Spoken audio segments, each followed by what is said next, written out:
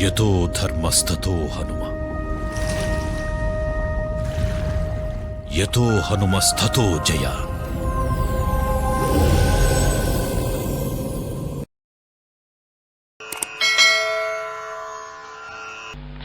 సీతా కళ్యాణ ఘట్టం అత్యంత ఉత్కృష్టమైంది. మనం లోకంలో ఎప్పుడైనా కళ్యాణం గురించి మాట్లాడతాం, కళ్యాణము అంటే అమ్మవారి పేరు మీదుగా ఉంటుంది తప్ప అయ్యవారి పేరు మీదుగా ఉండదు. శివ కళ్యాణం, కృష్ణ కళ్యాణం, రామ కళ్యాణం అలా ఉండదు. సీతా కళ్యాణం, రుక్మిణీ కళ్యాణం, పార్వతీ కళ్యాణం అని అమ్మవారి వైపు నుంచి పిలుస్తాం. దానికి కారణం ఒకటే, జీవుడు బ్రహ్మముతో ఐక్యమును పొందడమే కళ్యాణం. అది నిరంతరము. ఎందరో జీవులు అలా పూర్ణత్వాన్ని పొందాలి కాబట్టి కళ్యాణం ఒకరోజు మాత్రమే జరిగేది కాదు, ఇన్ని రోజులైనా జరుగుతూ ఉంటుంది నిత్య కళ్యాణం. వివాహం అలా కాదు. వివాహము అంటే అంటే విశిష్టమైన దానిని పొందుట కొరకు ఆశ్రమమును మారుట. ఏది విశిష్టమైనది? పరమేశ్వరుడు. ఆ భగవంతుని యొక్క స్వరూపాన్ని తెలుసుకుని భక్తితో కూడినటువంటి కర్మాచరణము చేత ప్రీతి పొందినటువంటి పరమాత్మ జ్ఞానమిస్తే ఆ జ్ఞానము చేత అద్వైతానుభూతిని పొందుట కొరకు ఆశ్రమమును మారి బ్రహ్మచర్యాశ్రమమును విడిచిపెట్టి గృహస్థాశ్రమములోకి ప్రవేశించేటటువంటి ప్రయత్నమునకు వివాహమని పేరు. కాబట్టి వివాహము పురుషుడు ధరించేటటువంటి ప్రయత్నం కాబట్టి అది ఒక్కసారే ఉంటుంది. ధర్మపత్నిని తీసుకుని యజ్ఞాధికారాన్ని పొందుతాడు. ఒకసారి సంతానం కలిగిన తరువాత ఇంకా ఆ ఆశ్రమం పరిపూర్ణత పొందినట్టే. కానీ భార్యతో కలిసి ఉండడం ఎందుకు అంటే యజ్ఞయాగాది క్రతువులను చేసి ఈశ్వరుని యొక్క అనుగ్రహాన్ని పరిపూర్ణంగా పొందడానికి, ఎడంభుజం మీద ఉత్తరీయం వేసుకునేటటువంటి అధికారాన్ని నిలబెట్టుకోవడానికి ధర్మపత్ని సహితుడై గృహస్థాశ్రమమునందు ఉంటాడు. కళ్యాణము అన్న మాట వేరు. కళ్యాణము జీవ బ్రహ్మైక్య సిద్ధి. సీతారామ కళ్యాణము, సీతా కళ్యాణ ఘట్టమునందు ఒక విశేషం. అసలు విశ్వామిత్ర మహర్షి వచ్చింది సీతా కళ్యాణం కోసమే. దానికి కావలసినటువంటి అధ్యవసాయాన్నంతటినీ రామచంద్రమూర్తికి ఒక గురువుగా కట్టబెట్టాడు. నరుడిగా ఉన్నాడు కనుక రాముడు. ఆయనకి కావలసినటువంటి సంస్కారమునంతటినీ ఏర్పాటు చేసి ఇప్పుడు జనక మహారాజు గారి యొక్క మిథిలా నగరంలోకి ప్రవేశించాడు. అక్కడ యజ్ఞం చేస్తున్నాడు జనకుడు. జనకుడు యజ్ఞం చేస్తున్నాడు కాబట్టి అక్కడికి వెళ్ళాడు. వెళ్ళిన తరువాత రామచంద్రమూర్తిని జనకుడు ఒక ప్రశ్న వేశాడు. రామా, ఇక్కడ మనం ఎక్కడుందాం అని అడిగాడు. అడిగితే రాముడు అన్నాడు, గురువుగారు ఇక్కడ నీళ్లు బాగా సమృద్ధిగా లభిస్తాయి, అందుకని ఇక్కడ ఉందాం అన్నాడు. ఒక గురువు ఒక శిష్యుడు పరిణతి అన్న మాటకు అర్థం అది. ఒక గురువు ఎక్కడ ఉండాలి అంటే భోగం ఎక్కడున్నదో అక్కడ కాదు, జల సమృద్ధి ఉండాలి. ఆయన 4 మాటలు స్నానం చేయడానికి, సంధ్యావందనం చేసుకోవడానికి నీళ్లు అత్యంత అవసరం కనుక ఎక్కడ నీటి ప్రవాహం ఉన్నదో అక్కడ ఉందామన్నాడు రాముడు. చాలా సంతోషించాడు విశ్వామిత్రుడు. ఇద్దరూ కలిసి మరునాటి ఉదయం జనక మహారాజు గారి యొక్క అంతఃపురానికి వెళ్ళాలి. జనకుడు వచ్చి స్వాగతం పలికాడు. బయలుదేరారు, అంతఃపురానికి వెళ్ళారు. అంతఃపురానికి వెళ్ళిన తర్వాత విశ్వామిత్రుని యొక్క హృదయము వేరు. సీతారామ కళ్యాణం జరిపించాలి. రాముడు శ్రీరాముడు కావాలి అంటే సీతాసహితుడు కావాలి. సీతాసహితుడైతే తప్ప రామాయణం ముందుకు వెళ్ళదు. సీతాసహితుడైతే తప్ప రామకార్యము సాధింపబడదు. అసలు శ్రీరామాయణంలో పెద్ద విచిత్రం ఏమిటంటే రామాయణం ఎప్పుడెప్పుడు ఎక్కడెక్కడ ఆగిపోతుందో అక్కడక్కడ రామాయణాన్ని ముందుకు తీసుకెళ్లేటటువంటిది ఆడవాళ్లే తీసుకెడుతుంటారు. ఆ స్త్రీ ప్రవేశం లేకపోతే రామాయణం ఆగిపోతుంది. అందుకే మీరు కొంచెం జాగ్రత్తగా పరిశీలనం చెయ్యండి. శ్రీరామాయణం నిజానికి సీతా కళ్యాణ ఘట్టంతో అయిపోయింది. వాళ్ళు సంతోషంగా ఇంటికి వచ్చేశారు, అంతఃపురంలో ఆనందంగా ఉంటున్నారు. మందర ప్రవేశించింది. కైకమ్మకి అనేకమైనటువంటి చెప్పకూడని మాటలు చెప్పింది. ప్రభావితురాలైన కైకమ్మ 2 వరాలు అడిగింది. రామాయణం ముందుకెళ్ళింది. ముందుకెళ్లిన రామాయణం 14 సంవత్సరాల అరణ్యవాసం నడిచిపోతోంది. ఏమౌనో శూర్పణఖ ప్రవేశించింది. ప్రవేశించి రావణాసురుడి దగ్గరికి వెళ్ళి చెప్పకూడని మాటలు చెప్పింది. సీతాపహరణం జరిగింది. కథ మళ్ళీ ముందుకెళ్ళింది. ఏం జరుగునో, సీతాపహరణం జరిగిన తరువాత సీతమ్మ తల్లి ఒక స్థితిలో నేను శరీరం విడిచిపెట్టేస్తానంది. త్రిజట తన స్వప్నాన్ని చెప్పింది. మళ్ళీ రామాయణం ముందుకెళ్ళింది. ఇంకా కొంత ముందుకెళ్ళిన తర్వాత ఒకానొక సందర్భంలో యుద్ధకాండలో రామచంద్రమూర్తి స్పృహ తప్పి యుద్ధభూమిలో పడిపోయి ఉంటే రాముడు మరణించాడని పైనుంచి పుష్పక విమానంలో తీసుకొచ్చి చూపించి నమ్మబలికారు. సీతమ్మ తల్లి భర్త శరీరం విడిచిపెట్టాడనుకుని ప్రాణం విడిచిపెట్టవలసినంత స్థితికి వెళ్ళిపోయింది. అప్పుడు సరమ నిజం చెప్పింది. విధవ అయినటువంటి స్త్రీని పుష్పక విమానం వహించదు, కాబట్టి నీ భర్త బతికున్నాడని చెప్పింది. రామాయణం ముందుకెళ్ళింది. రామాయణం ఎక్కడ ఆగిపోతుందని అనుకుంటామో అక్కడ ఒక స్త్రీ ప్రవేశిస్తుంది. ఆ స్త్రీ ప్రవేశించిన కారణం చేత రామాయణం ముందుకెడుతుంటుంది. రామాయణంలో అదొక విచిత్రం. కాబట్టి సీతారామ కళ్యాణ ఘట్టం కనుక ఆ విశ్వామిత్ర మహర్షి దగ్గరికి వెళ్ళారు. రామలక్ష్మణ సహితుడైనటువంటి విశ్వామిత్రుడు. ఎందుకని? రాముణ్ణి శ్రీరాముణ్ణి చెయ్యాలి కనుక, సీతాసహితుణ్ణి చెయ్యాలి కనుక. వెళ్ళినవాడు చాలా గుంభనంగా మాట్లాడతాడు, ఎక్కడ బయటపడడం. రామా, నిన్ను ఇక్కడికి ఎందుకు తీసుకొచ్చానో తెలుసా? సీతా కళ్యాణం కోసమే తీసుకొచ్చా. నీకు ఈ అమ్మాయినిచ్చి వివాహం చేద్దాం అనుకుంటున్నాను. అన్ని విధాలా యోగ్యురాలు, నేను గురువుని, కాబట్టి నేను చెప్తున్నాను అనడు. ఎందుకు అనడంటే విశ్వామిత్ర మహర్షికి తన గాంభీర్యము, తన గురుత్వము, తన పరిణతి మీద అపారమైనటువంటి విశ్వాసమేమి నిజంగా మహానుభావుడు అంతటి వాడే. కాబట్టి ఆయన లేకి మాటలు మాట్లాడడం. ఆయనకి తెలుసు రామచంద్రమూర్తి ఎటువంటి వాడు. తన శిష్యుడి గురించి తనకే తెలియని వాడు గురువు ఎలా అవుతాడు? 2 రెళ్ళు 4 ఎంత ఖచ్చితమో గురువు శిష్యుడిని అలా లెక్క కట్టుకోగలడు. కాబట్టి ఒక మాట అన్నాడు. ఆయన మనసులో భావన ఒకటి ఉంది. రామచంద్రమూర్తి వివాహం విషయంలో జోక్యం చేసుకుంటే, అంటే మళ్ళీ నరుడి కథగా మాట్లాడుతున్నాను నేను, అందుకని వివాహం అన్న మాట వాడుతున్నాను. రాముడి వివాహం విషయంలో తను జోక్యం చేసుకుంటే రాముడు అంగీకరించడన్న విషయం విశ్వామిత్రుడికి తెలుసు. ఎందుకని? రామచంద్రమూర్తి పరమధార్మికుడు, రాశీభూతమైన ధర్మము. తనకి ఎవరు భార్యగా ఉండాలో నిర్ణయించవలసిన వాడు తనని కన్న తండ్రి తప్ప అన్యులు కారు అన్నది ఆయన విశ్వాసం. అదే శాస్త్రీయం కూడా. కాబట్టి గురువుగారు అది మా నాన్నగారు చూస్తారు కదా అన్నారనుకోండి, గురువైన విశ్వామిత్రుడికి అది ఎంత అవమానకరంగా ఉంటుంది. తను ధర్మం విషయంలో కొద్దిగా వైక్లభ్యాన్ని పొందినట్టుగా ఉంటుంది. కాబట్టి ఎక్కడా విశ్వామిత్రుడు బయటపడడం. నిన్ను సీతా కళ్యాణం కోసం తీసుకొచ్చాననడం.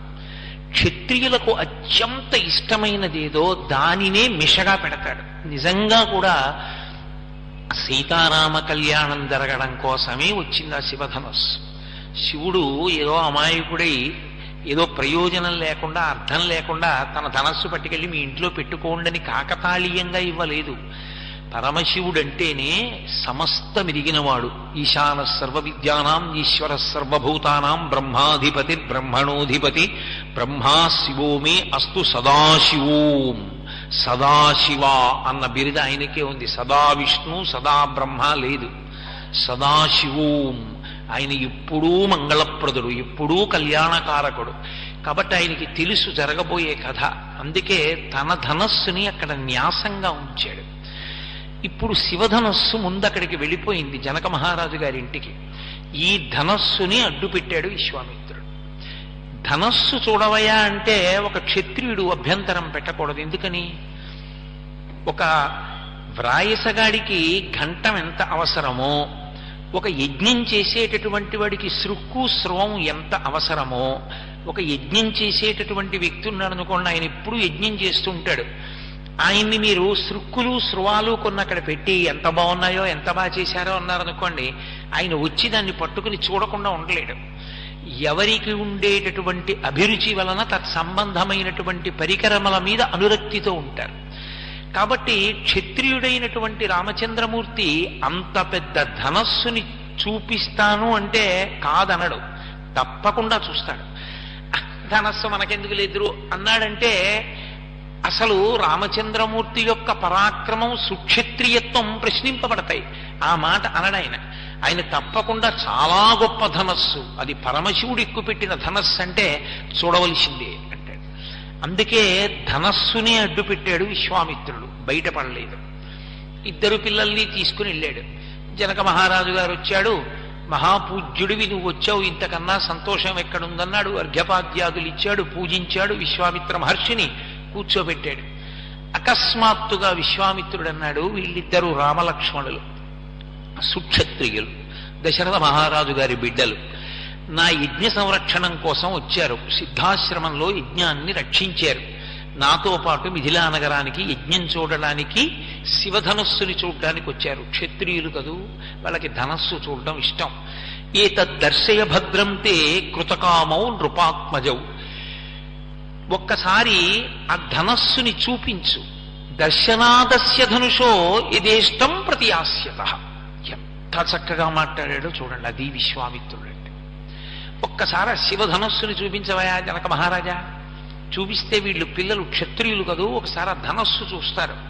ధనస్సు చూసి వీళ్ళు ఇంటికి వెళ్ళిపోతారు. ఇంకా అంటే తను వెళ్ళిపోతాడు హిమవత్ పర్వతానికి. కాబట్టి ఇంకా పిల్లల్ని ఇంటికి పంపించేస్తాడు. ఇంకా తనని అనుగమించమని అడగడు. ఎందుకని? తన కార్యం పూర్తయిపోయి రాముణ్ణి, శ్రీరాముణ్ణి చేసేస్తాడు. అలా అంటాడా పైకి? నీకు వివాహం చేస్తానంటాడా? అండవు. ఎంత గాంభీర్యమో. అనకుండా ఏది ధనస్సు చూపించు, వాళ్ళు ఇంటికి వెళ్ళిపోతారంటాడు. నిజమే, ఇంటికే వెళ్ళిపోతారు. ఎవరితో? భార్యలతో. ఆశ్రమం మారుస్తాడు అక్కడ. అది విశ్వామిత్రుడి యొక్క గొప్పతనం. అందుకని ఏతద్దర్శయ భద్రంతే కృతకామౌ నృపాత్మజం. దాన్ని చూసి ధనస్సుని వాళ్ళు కృతకామౌ, వాళ్ళు కోరిక తీరిన వాళ్ళు అవుతారు. ఎందుకని? నృపాత్మజౌ, రాజకుమారులు కనుక వాళ్ళకి ధనస్సుల యందు ప్రీతి ఉంటుంది కనుక ఒక్కసారి చూపించు అన్నాడు. ధనస్సు చూపించు అంటే మిగిలిన కథ జనకుడు చెప్తాడు. అది విశ్వామిత్రుడికి తెలుసు.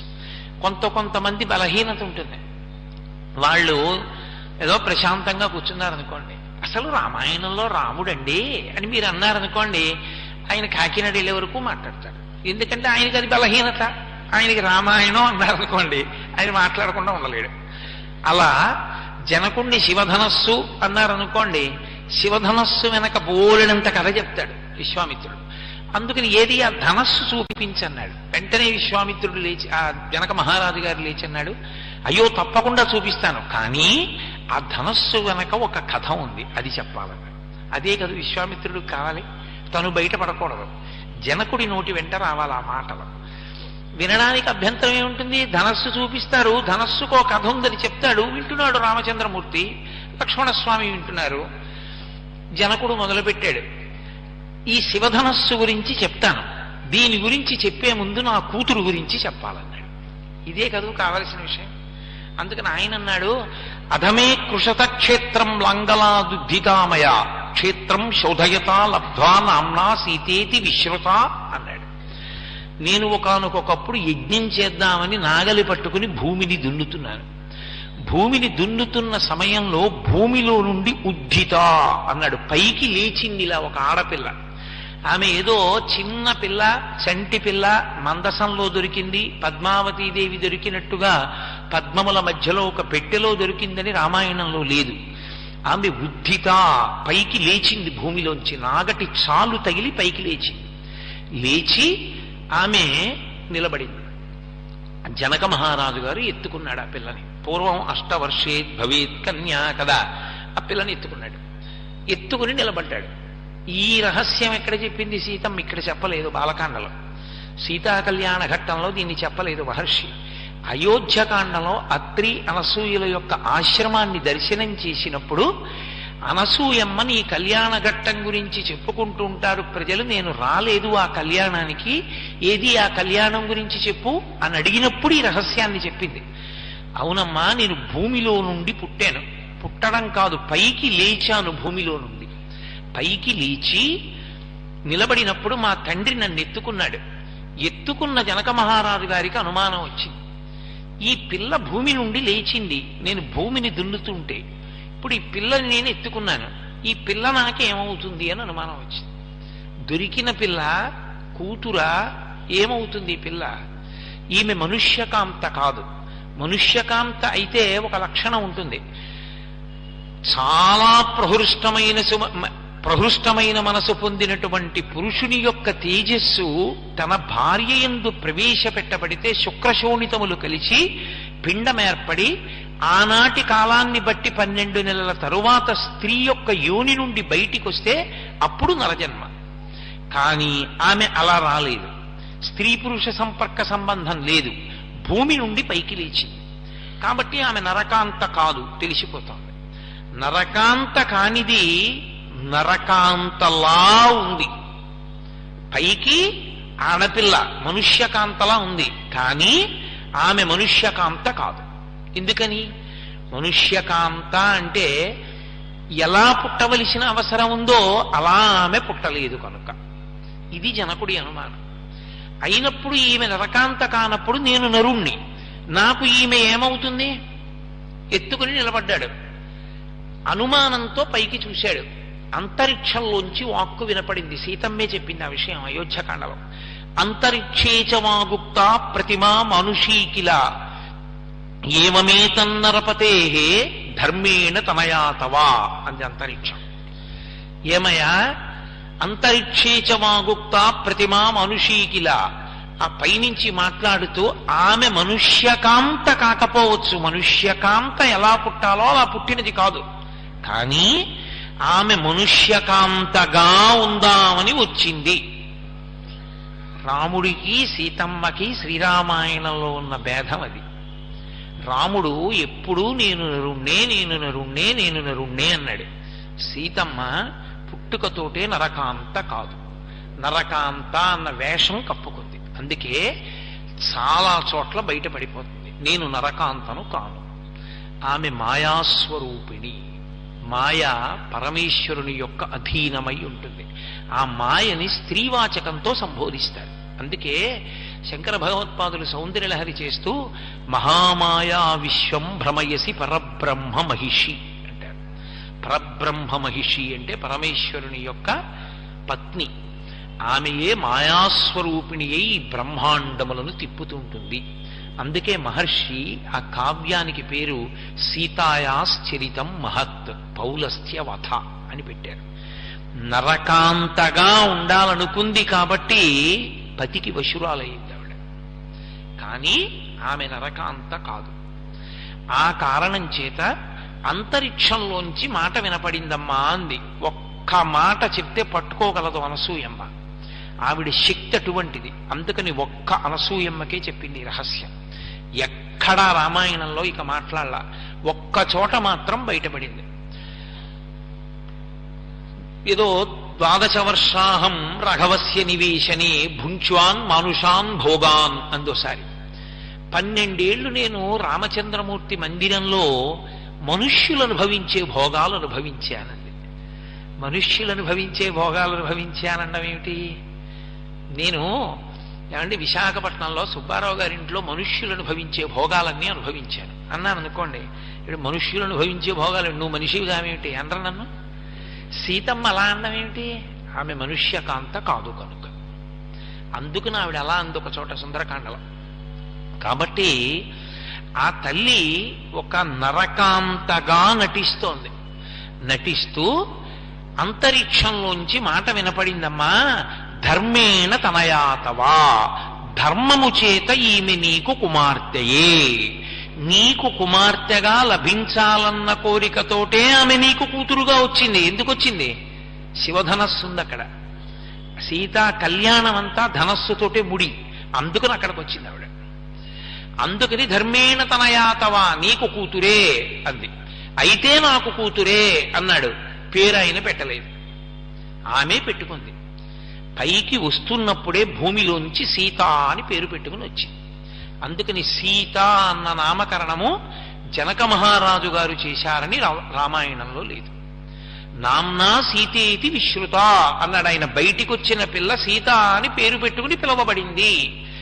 జనకుణ్ణి అనుగ్రహించింది కనుక జానకి.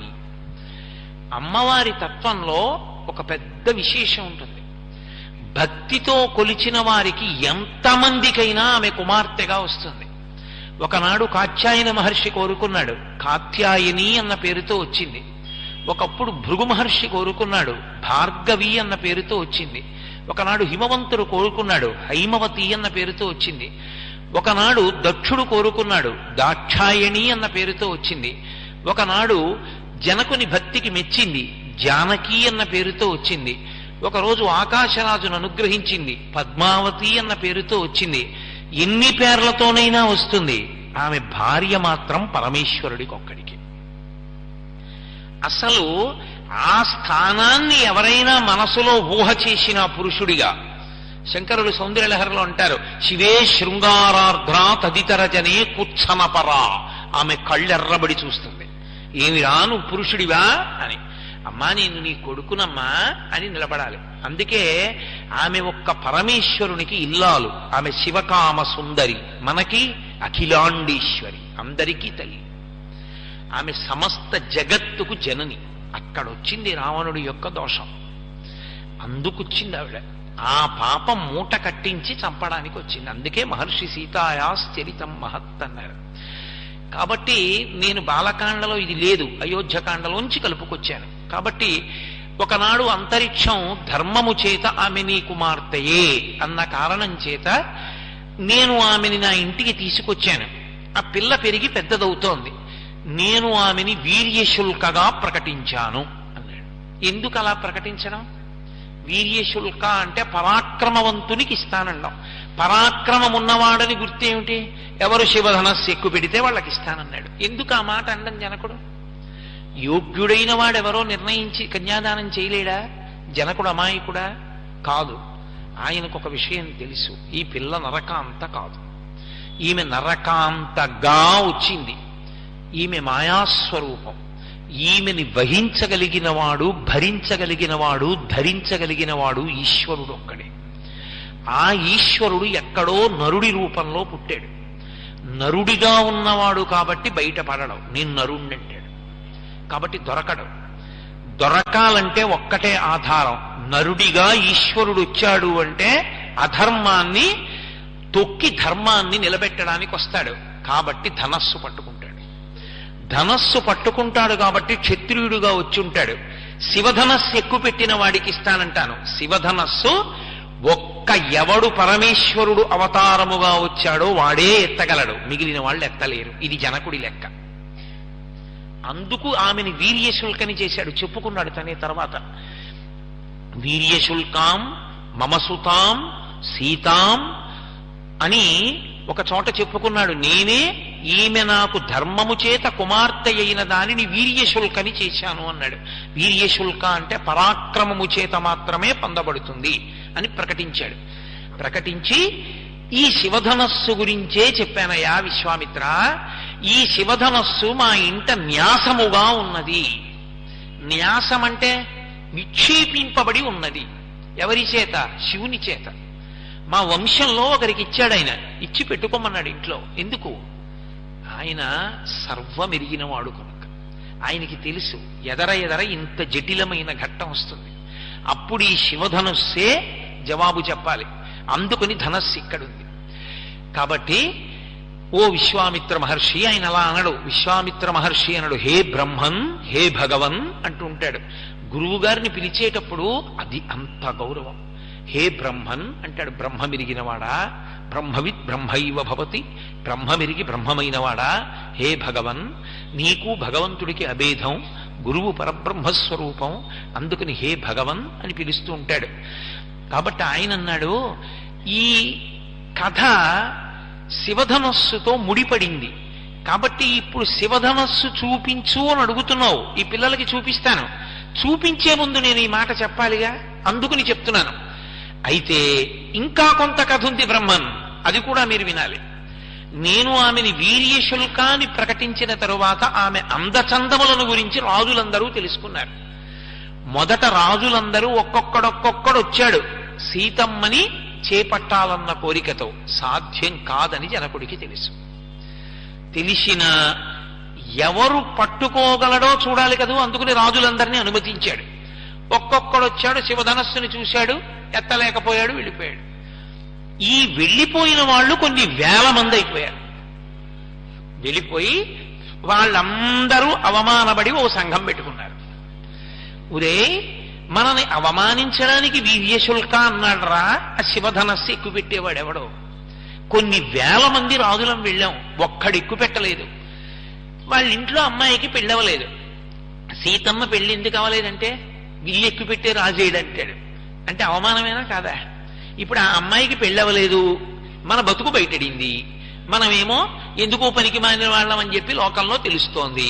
వాళ్ళకి కోపం వచ్చి ఎలా అయినా జనక మహారాజు గారిని నిగ్రహించి ఆ పిల్లని ఎవరు చేపట్టాలి తర్వాత నిర్ణయిద్దాం, ముందు జనకుణ్ణి యుద్ధంలో ఓడించి బందీకృతుణ్ణి చేయడమో సంహరించడమో చెయ్యాలి, కాబట్టి రెండన్నారు. అలా ఉంటుంది విచిత్రం లోకంలో. కాబట్టి ఏదో అప్పటి వరకు ఎలా ఉన్నా ఎన్నికలు వచ్చేటప్పటికి సీట్ల సర్దుబాటులా ఉంటుందన్నమాట. కాబట్టి వాళ్ళందరూ కలిసి ఒక సంఘం పెట్టుకున్నారు. అందరూ కలిసి జనక మహారాజు గారి మీదకి యుద్ధానికి వచ్చారు. అందరూ కలిసి జనక మహారాజు గారి మీదకి యుద్ధానికి వస్తే జనకుడు అంతఃపురంలో కూర్చుని యుద్ధం చేస్తున్నాడు.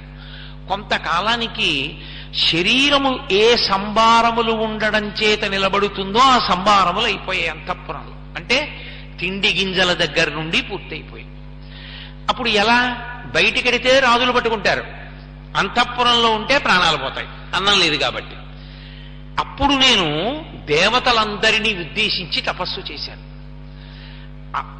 అప్పుడు నేను అంత పెద్ద తపస్సు చేస్తే దేవతలందరూ కూడా దేవగణాం సర్వాం తపసాహం ప్రసాదయం, నేను చేసినటువంటి తపస్సుకి వాళ్ళు మెచ్చుకుని దేవగణములనన్నిటినీ కూడా నాకు బలంగా, నాకు తోడుగా, నన్ను సమర్థించమని నా సైన్యంగా పంపించారు. పంపిస్తే నేను ఈ దేవగణాలన్నిటినీ తీసుకుని, ఈ సైన్యాన్ని తీసుకుని బయట విడిది చేసి ఉన్నటువంటి రాజులందరినీ ఓడించాను. వాళ్ళందరూ దిక్కులు పట్టి పారిపోయారు. ఆ తర్వాత ఇది భూమి మీద ఉన్న రాజులతో సరిపోలేదు. దేవతలు, యక్షులు, గంధర్వులు, కిన్నెరులు, కింపురుషులు వచ్చారు. దేవతలు కూడా ఎక్కువ పెట్టలేదు. హే బ్రహ్మన్, విశ్వామిత్ర, ఈ శివధనస్సు ఇలాగే ఉంది, ఈ పిల్ల ఇలాగే ఉంది, మధ్యలో నేను ఎదురు చూస్తూ అలాగే ఉన్నాను. దేనికోసం? జనకుడు బయటపడ్డాడు. ఎవడు నరుడుగా ఉన్నాడో, ఎవడు నరుడిగా భూమి మీద తిరుగుతున్న పరబ్రహ్మమో వాడెత్తాలి. వాడు నేను పరబ్రహ్మమని అండం. ఎందుకంటే వాడు నరుడిగా వచ్చాడు, అందుకే ఈమె నరకాంతగా వచ్చింది. లేకపోతే ఆమె నరకాంతగా ఎందుకు రావాలి? కాబట్టి నరుడిగా ఉన్నాడు కనుక నేను నరుణ్ణి అంటాడు, కానీ నేను పరబ్రహ్మాన్ని అండవు. కానీ ఎవరు పరమేశ్వర ధనస్సు ఎక్కువ పెడతాడో వాడే పరమేశ్వరుడు. శివుడు కేశవుడు మళ్ళీ లేనిపోని అల్లరి తీసుకురాకండి, ఉన్నదొక్కటే పరబ్రహ్మం అంతే. కాబట్టి ఆ ధనస్సు ఎక్కువ పెట్టేవాడి కోసం ఎదురు చూస్తున్నాను. మంచిదే, ధనస్సు చూపించమని అడుగుతున్నారు మీరు, పిలిపిస్తాను, వచ్చేస్తుంది. ఎంతసేపు సైనికులు పట్టుకొచ్చేస్తారు ధనస్సుని. ఈ పిల్లాడు ఒకవేళ యజ్ఞస్య ధనుషో రామ కుర్యాదారోపణం మునేహే సుతాం అయోనిజాం సీతాం దద్యాం దశరథేరహం, ఎంత గొప్పగా చెప్పాడో చూడండి. ఒకవేళ నేను ఆ ధనస్సు తీసుకొచ్చిన తర్వాత పెట్టి మూత తీయండి చూస్తానంటాడుగా, పెట్టి మూత తీస్తాను. క్షత్రియుడు కదూ, సంతోషంగా ఉంటుంది. ఇలా చూసి వెళ్ళిపోతాడేంటి? ఓసారి ముట్టుకోనా అంటాడు, ముట్టుకున్నాక పట్టుకోనా అంటాడు, పట్టుకున్నాక ఎత్తనా అంటాడు, ఎత్తాక వింటినారి విప్పి కట్టనా అంటాడు, కట్టాక సంధించనా అంటాడు. అంత ఓటి చేస్తే ఎంత ఎత్తి పొడిచాడో. యద్యస్య ధనుషో రామ కుర్యాత్ ఆరోపణం మునేహే సుతాం అయోనిజాం సీతాం, అది ఆయన సంతోషం. నా కూతురు అయోనిజాం, నా కూతురని నా భార్యకి నాకు పుట్టిందనుకుంటున్నావేమో. అయోనిజాం, అయోనిజ.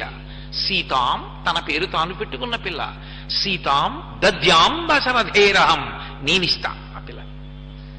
అదేమిటయా మన అంత స్వతంత్రాల్ని నువ్వివ్వడం ఏమిటి అంటే, నన్ను తండ్రిగా వరించింది కాబట్టి కన్యాదానం నేనే చేస్తాను. నా జన్మ సౌభాగ్యం కదూ, శ్రీ మహాలక్ష్మి నా ఇంట పుట్టింది.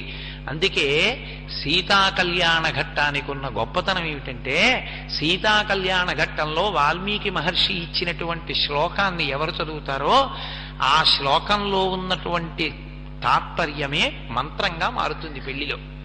అందుకే సీతా కళ్యాణ ఘట్టం చేసేటప్పుడు లోకంలో ఒక ఆచారం కూడా ఉంది. రామాయణంలో ఉన్నటువంటి శ్లోకాన్ని చెప్పిస్తుంటారు, ఇయం సీత మమ సుత అని. ఎందుకంటే అలా చెప్పి అలా చూసిన వాళ్ళకి 2 ప్రయోజనాలు నెరవేరుతాయి. పెళ్లి కాని ఆడపిల్ల ఉంటే కన్యాదానం చేస్తారు తొందరలో, రామచంద్రమూర్తి లాంటి వరుడు వస్తాడు. 2, మా ఇంట్లో ఆడపిల్లలకి పెళ్లిళ్ళు అయిపోయింది కదండి అంటే రామచంద్రమూర్తిని నువ్వు పొందుతావు, అంటే జీవబ్రహ్మైక్య సిద్ధి కళ్యాణం, పరమేశ్వరుణ్ణి చేరుతావు. అందుకే సీతారామ కళ్యాణం లోకంలో అంత ప్రఖ్యాతి వహించడానికి కారణం అదే.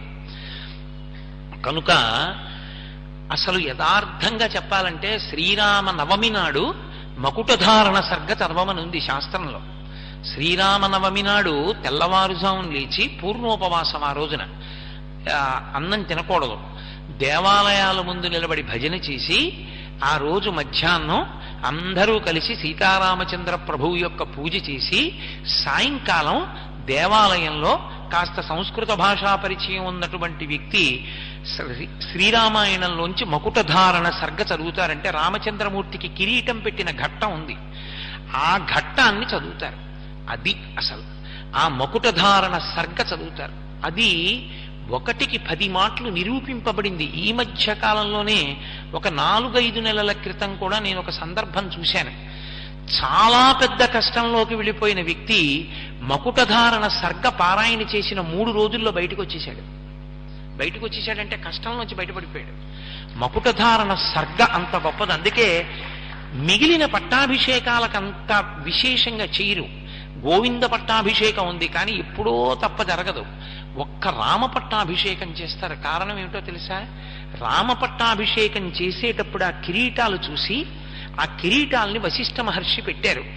ఆ కిరీటాన్ని ఎత్తి తీసుకెళ్లి రామచంద్రమూర్తి తల మీద పెడుతుండగా ఎవరు చూస్తారో వాళ్ళకి వస్తున్న కష్టాలు కూడా తొలగుతాయి అంటారు. ఆ మకుట ధారణ అంత గొప్పది. అందుకని ఇవాళ ప్రత్యేకంగా రేపు జరగబోతోంది కాబట్టి నేను ఇవాళ నా ఉపన్యాసాన్ని మానవీయ సంబంధములలోంచి కళ్యాణమో పట్టాభిషేకమో అని తీసుకోవడానికి కారణం అదే. సరే, సీతారామ కళ్యాణం చెయ్యడం ఆంధ్రదేశంలో ఆచారం. ప్రత్యేకించి భద్రాచలం సీతారామ కళ్యాణాన్ని ప్రత్యక్ష ప్రసారాలుగా చూస్తూ ఉంటాం మనం.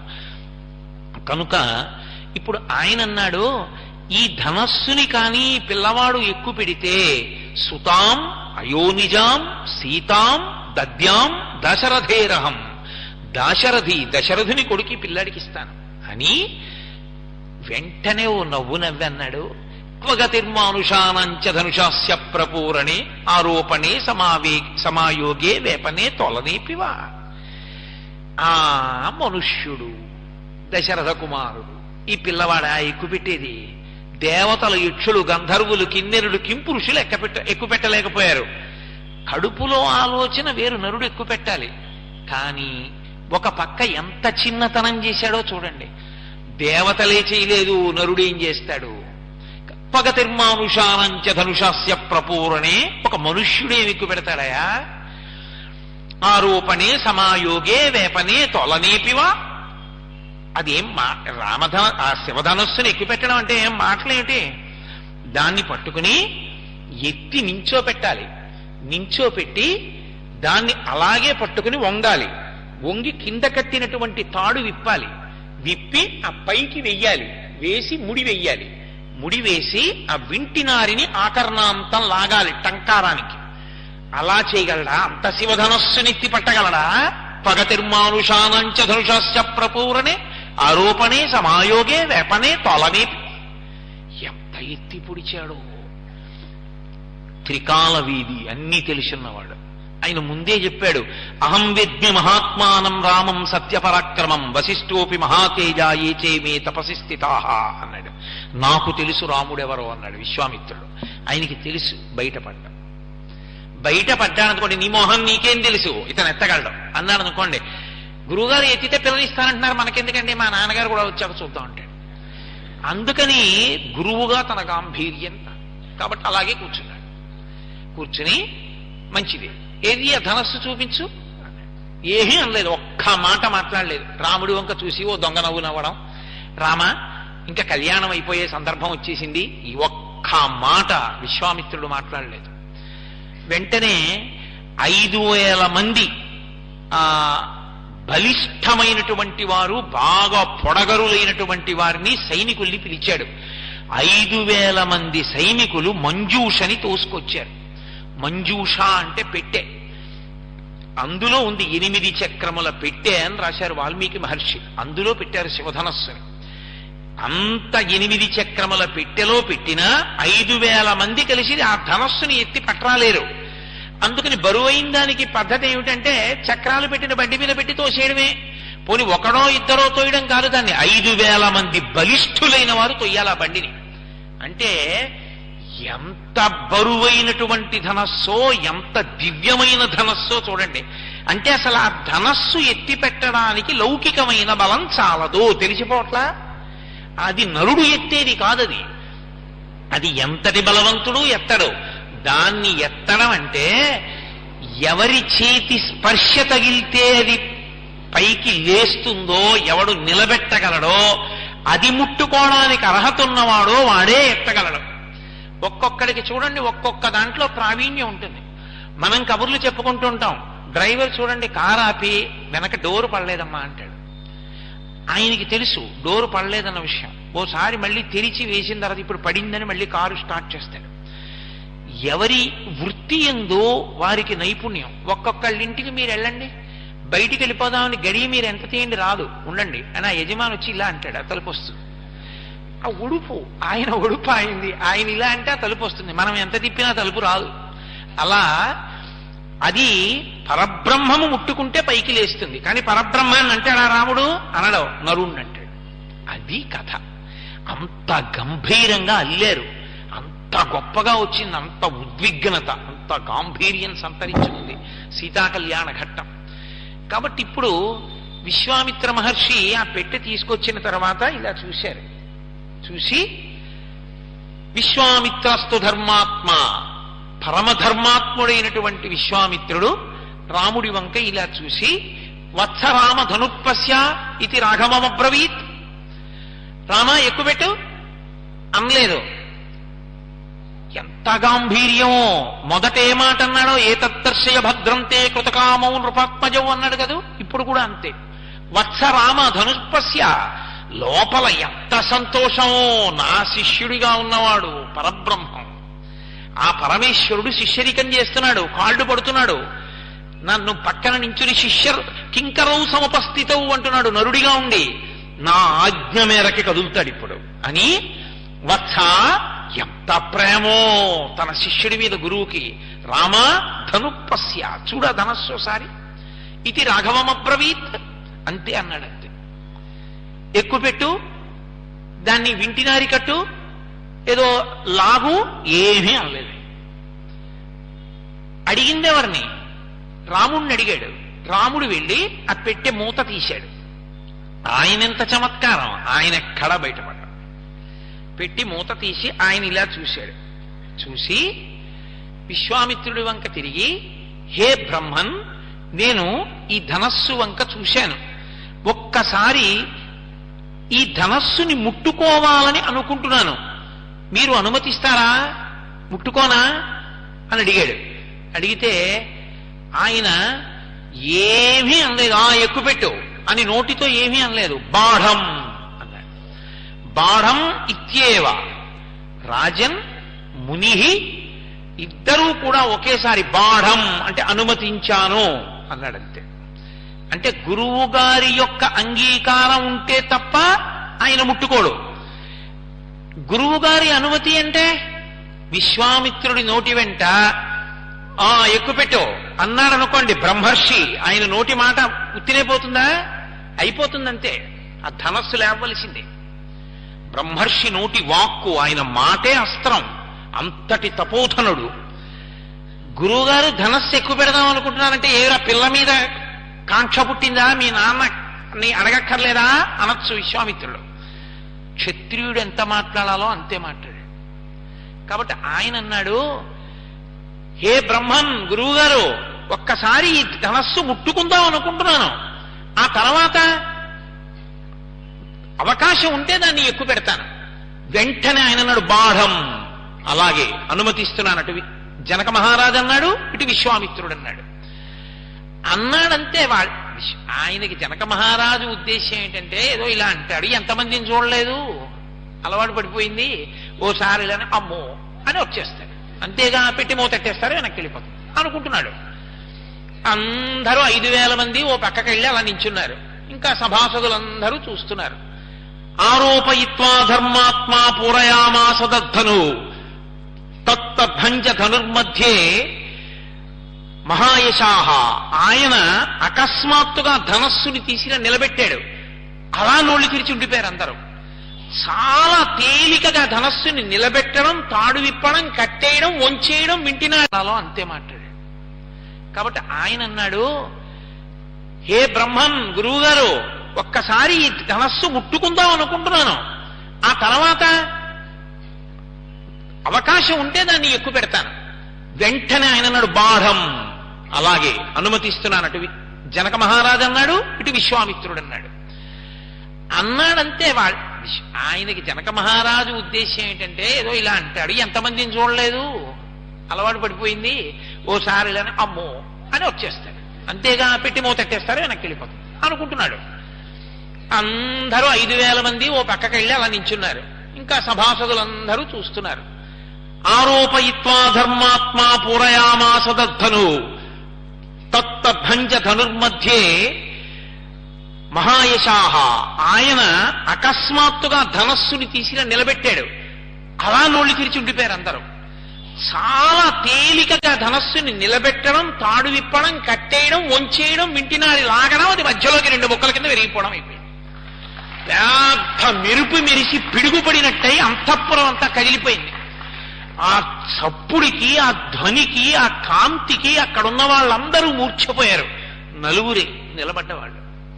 1 రాముడు, 2 లక్ష్మణుడు, 3 విశ్వామిత్రుడు, 4 జనకుడు. వీళ్ళు 4. ఇప్పటి వరకు ఎదురు చూస్తున్నాడు, ఎక్కడో నరుడి రూపంలో ఉన్నాడని వెతుకుతున్నాడు. చూశాడంతే, పరవశించిపోయాడు విశ్వామిత్రుడు. పరవశించిపోయి, అబ్బా, ఇన్నాళ్ళకి నాకు అల్లుడు దొరికాడు, శివధనస్సుని ఎక్కువ పెట్టగలిగిన వాడు దొరికాడు. అంతే విశ్వామిత్ర మహర్షి వంక చూసి, అత్యద్భుతం అచింత్యంచ అతర్కితమిదం మియా అన్నాడు. ఇది అత్యద్భుతం, నేను ఊహించలేదు. ఏమిటి అసలు రహస్యం? నరుడి రూపంలో ఉన్న పరబ్రహ్మం తెలుస్తున్నాడు, కనబడ్డాడు. మాయాస్వరూపిణిని భరించగలిగిన వాడు దొరికిపోయాడు. పైకి ఆయన అనకూడదు, నరుడి కథ కాబట్టి ఊరుకున్నాడు. అత్యద్భుతమతించంచ అతర్కితమిదం మియా, ఇంకా దీని మీద వాదన లేదు అని, జనకానాం కులే కీర్తిం నాహరిష్యతి మే సుత సీతా భర్తారమాసాద్య రామం దశరథాత్మజం.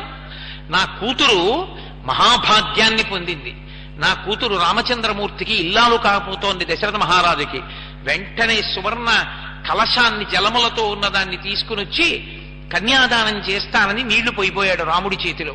ఇక్కడ చెప్పలేదు మహర్షి, మళ్ళీ అయోధ్యకాండలో చెప్పారు. మొన్న మీతో ప్రస్తావన చేశా. దీయమానాం నతుతదా ప్రతిజగ్రాహ రాఘవ. ఆయన అవిజ్ఞాయ పితుశ్చంధ అయోధ్యాధిపతే ప్రభో.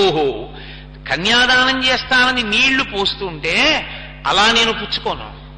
అయోధ్యాధిపతి మా తండ్రి ఉన్నాడు దశరథ మహారాజు, నన్ను కన్న తండ్రి, ఆయన నిర్ణయం చెయ్యాలి నా పక్కన ఎవరు ఇల్లాలుగా ఉండాలో.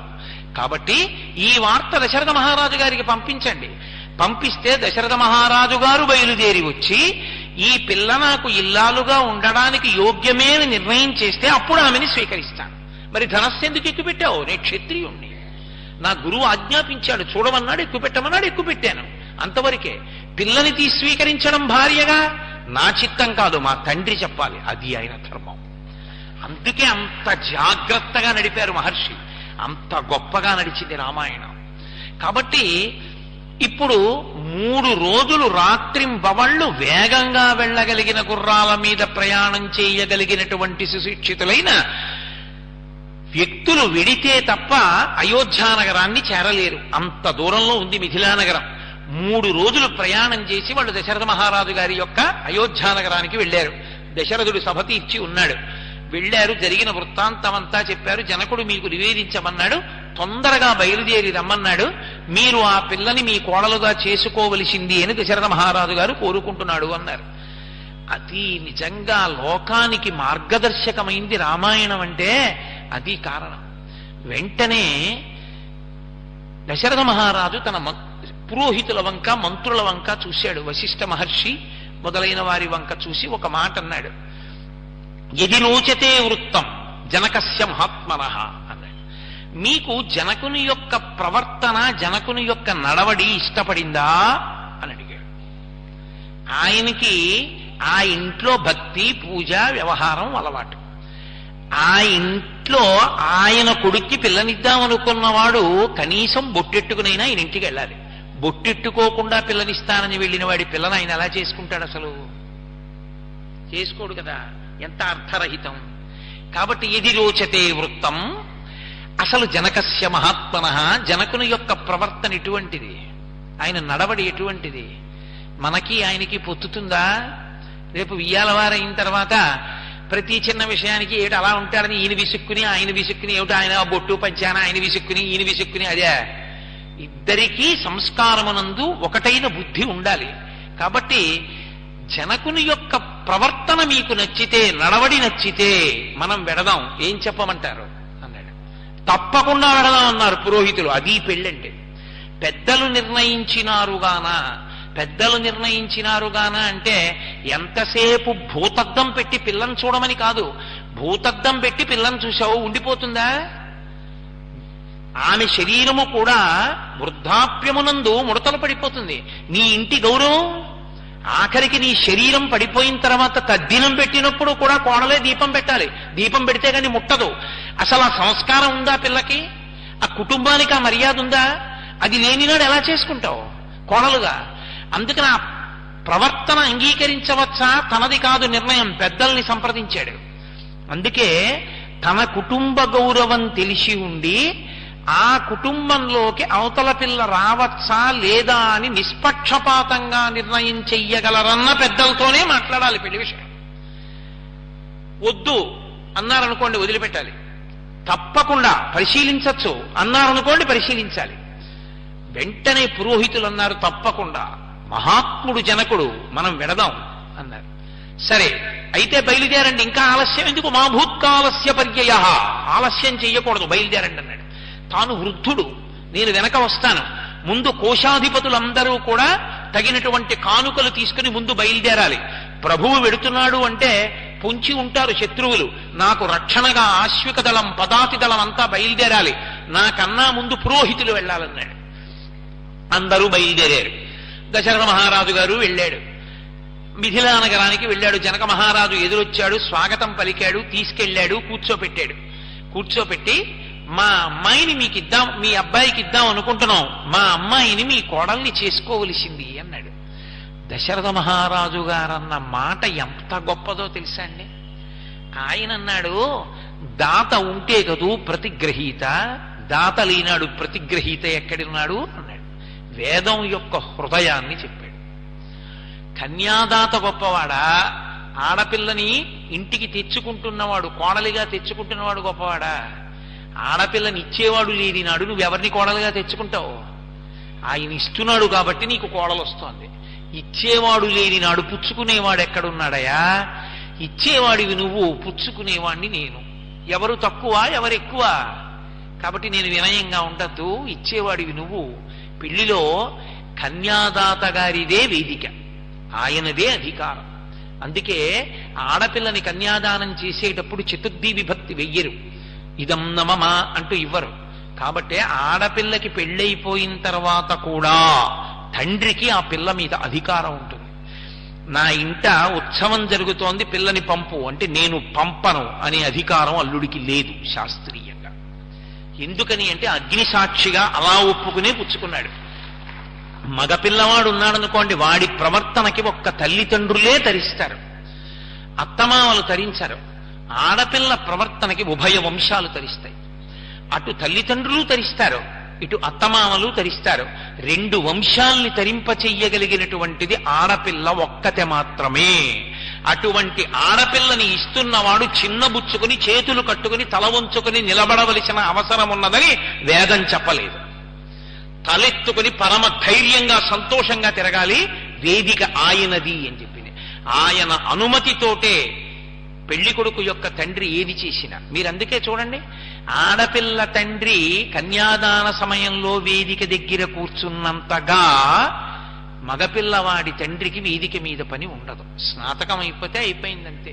మళ్ళీ ఎప్పుడు పిల్ల గౌరీ పూజ చేస్తుంటుంది. నిజానికి అది పెళ్లి కోసమని పిల్లని ఎంచుకుంటున్నటువంటి సందర్భానికి ప్రతీకగా చేస్తారు ఆ అంగం. పిల్ల గౌరీ పూజ చేస్తున్నప్పుడు వెడతాడు మామగారు. అప్పుడు కూడా టక్ చేసుకుని బెల్ట్ పెట్టుకుని వెళ్ళిన మామగారి గురించి ఏం మాట్లాడాలో నాకు రాదు.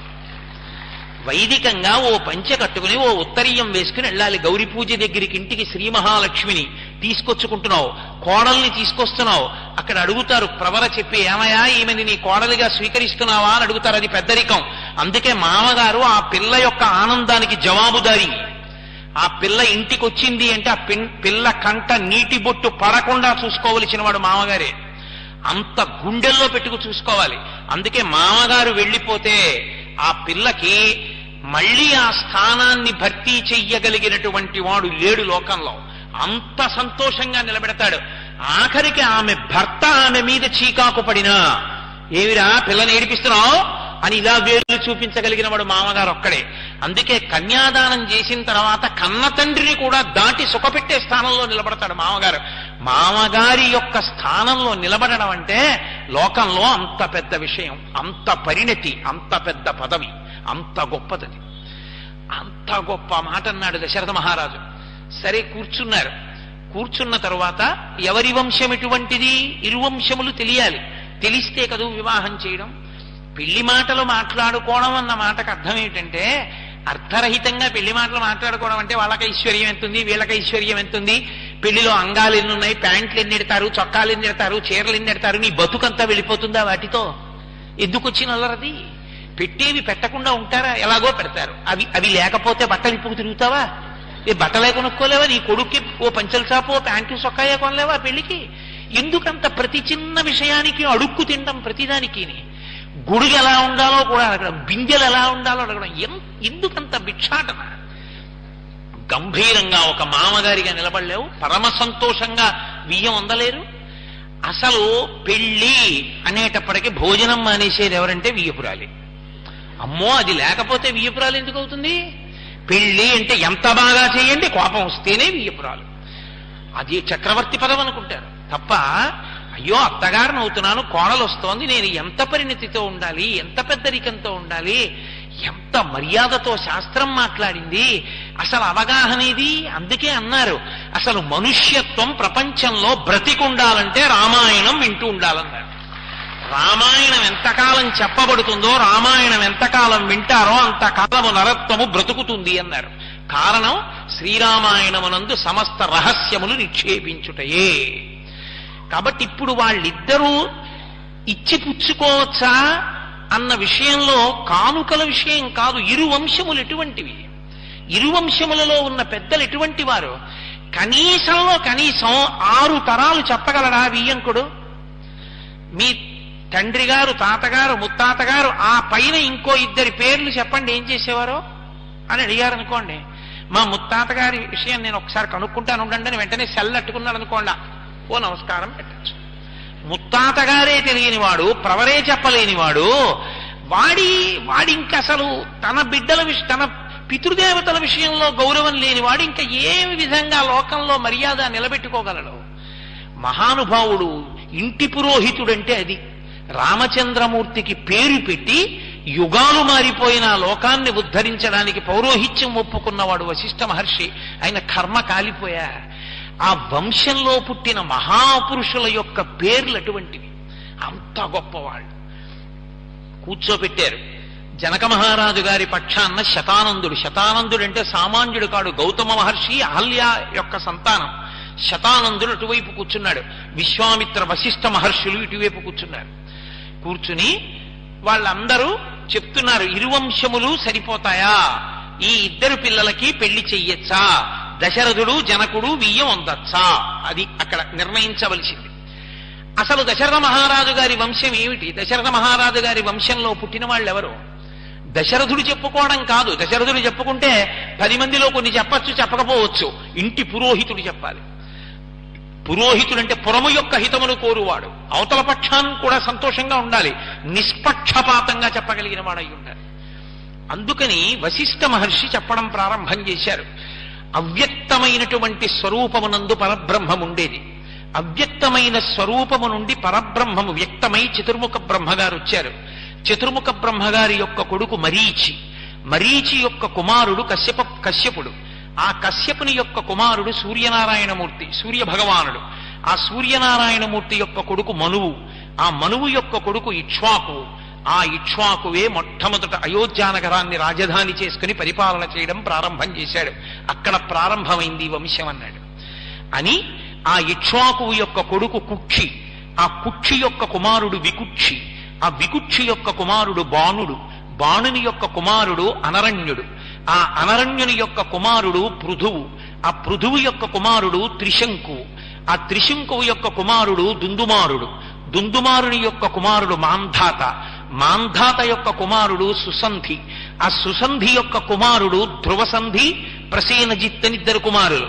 మళ్ళీ ఆ ధ్రువసంధి యొక్క కుమారుడు భరతుడు, భరతుని యొక్క కుమారుడు అసితుడు, అసితుని యొక్క కుమారుడు సగరుడు, సగరుని యొక్క కుమారుడు అసమంజసుడు, అసమంజసుని యొక్క కుమారుడు అంశుమంతుడు, అంశుమంతుని కుమారుడు భగీరథుడు, భగీరథుని కుమారుడు దిలీపుడు, ఆ దిలీపుని యొక్క కుమారుడు భగీరథుడు, భగీరథుని యొక్క కుమారుడు కాకుత్సువు, ఆ కకుత్సువు యొక్క కుమారుడు రఘువు, రఘువు యొక్క కుమారుడు ప్రవర్ధనుడు, ఆ ప్రవర్ధను యొక్క కుమారుడు శంఖనుడు, శంఖనుని యొక్క కుమారుడు సుదర్శనుడు, సుదర్శనుని యొక్క కుమారుడు అగ్నితేజుడు, అగ్నితేజుని యొక్క కుమారుడు మరువు, మరువు యొక్క కుమారుడు అగ్నితేజుడు శీఘ్రగుడు, ఆ శీఘ్రగుని యొక్క కుమారుడు మహానుభావుడైనటువంటి పశ్రుషుకుడు, ఆ పశ్రుషుకుని యొక్క కుమారుడు అంబరీషుడు, అంబరీషుని యొక్క కుమారుడు మహానుభావుడైన నహుషుడు, నహుషుని యొక్క కుమారుడు యయాతి, యయాతి యొక్క కుమారుడు నాభాగుడు, నాభాగుని యొక్క కుమారుడు అజుడు,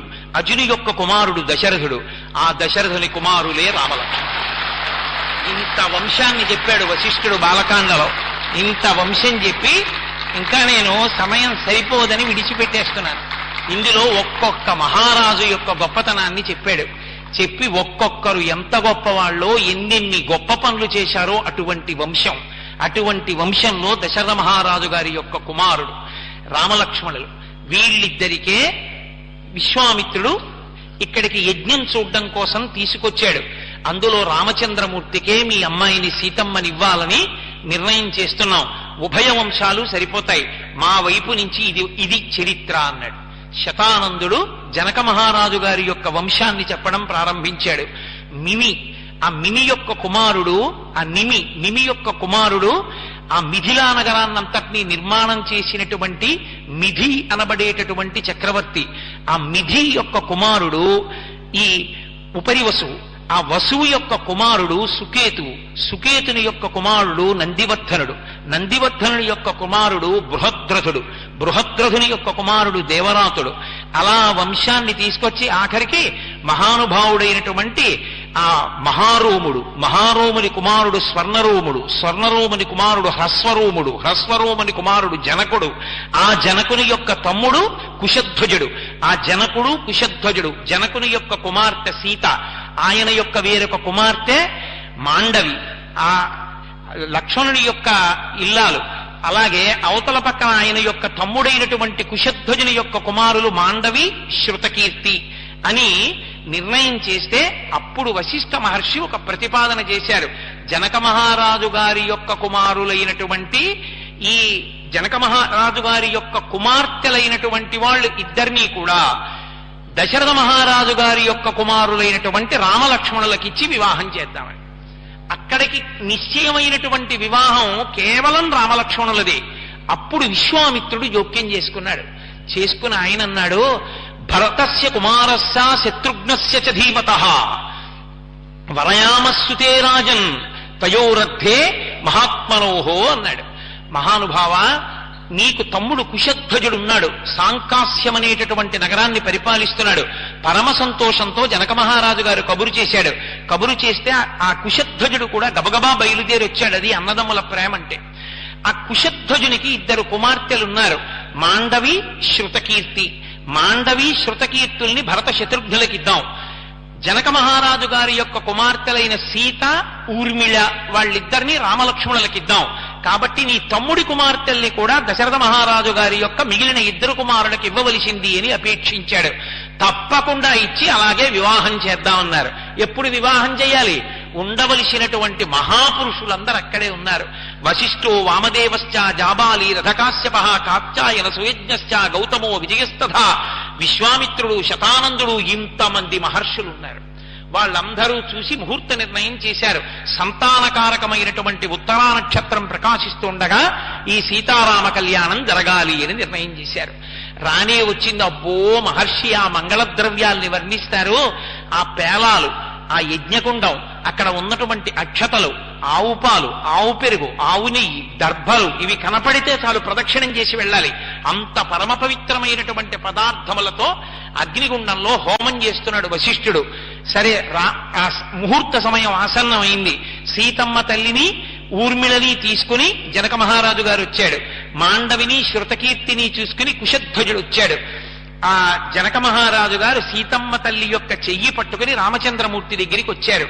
ఆ రోజులలో త్రేతాయుగంలో ఇక్ష్వాకు వంశంలో ఒక ఆచారం, అత్తగారులు పెళ్లికి వచ్చేవారు కాదు. అందుకే దశరథ మహారాజు గారి భార్యలు కౌసల్య, సుమిత్ర, కైకేయి ఆ వివాహ ఘట్టానికి రాలేదు. ఒక్క దశరథ మహారాజు గారే ఉండడానికి కారణం అది. జనక మహారాజు గారు సీతమ్మ తల్లి చెయ్యి పట్టుకుని, ఇయం సీత మమ సుత సహధర్మచరీతవ ప్రతీచ్ఛచైనాం భద్రంతే పాణిం గృహ్ణీష్వ పాణిన పతివ్రత మహాభాగ ఛాయేవానుగత సదా అంటాడు. అది సీతారామ కళ్యాణానికి ఉన్న గొప్పతనం. ఆ మాట ఎవరు చెప్తున్నాడో, ఆ శ్లోకం ఎవడు చెప్తున్నాడో వాడే సీతమ్మని కన్యాదానం చేస్తున్నాడు.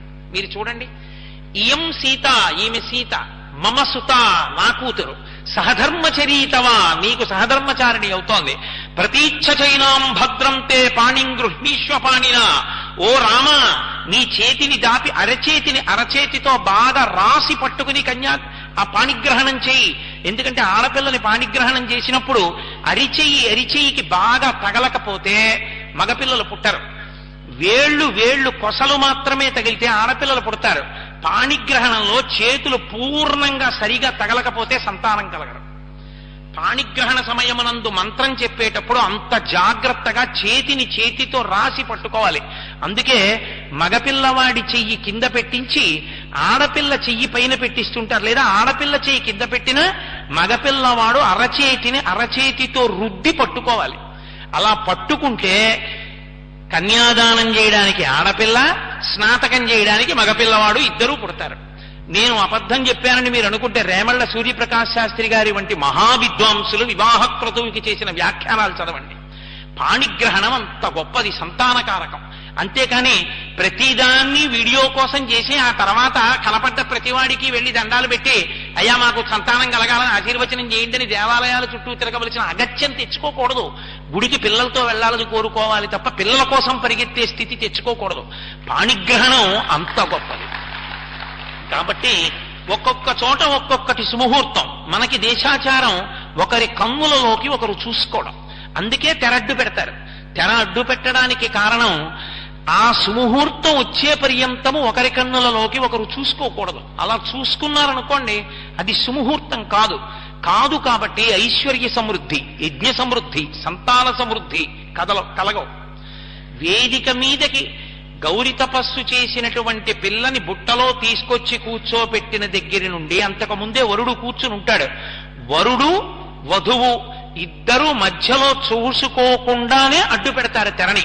అందుకే తెర ప్రతివాడు వచ్చి పట్టుకోకూడదు. ప్రతి చేతకాని వాడు చెప్పులేసుకుని వేదిక మీదకి ఎక్కేయడమే. అక్కడే మంగళసూత్రానికి సర్వమంగళాదేవతని ఆవాహన చేసి కొబ్బరి బొండం మీద పెట్టి పూజ చేస్తుంటారు. తగుదునమ్మా అని నీకు మోకాళ్ళు వంగపోతే కింద కుర్చీ వేసుకుని చెప్పులేసుకుని ఓ పెట్టెట్టుకుని అక్కడ కూర్చుంటారు.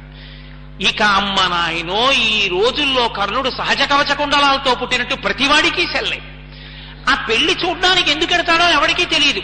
ప్రతివాడు అదట్టుకు నించుంటాడు వేదిక చుట్టూ. ఇక చూసేవాడెవడు అసలు? ఆ పెళ్లి ఎందుకు వెళ్ళినట్టు ఏమీ ఉండదు. అసలు నిజానికి ఆ తెర ఎవ్వరూ ముట్టుకోకూడదు. కన్యాదాత అన్నిటికన్నా జాగ్రత్త తీసుకోవలసిందేదో తెలుసా? ఆ మధ్యలో పట్టుకునే తెర. నేను అబద్ధం చెప్పాననుకుంటే వివాహ మంత్రాలకి వ్యాఖ్యానం చదవండి. దాని మీద ఏ ఒక్క అక్షరం వ్రాయకూడదు.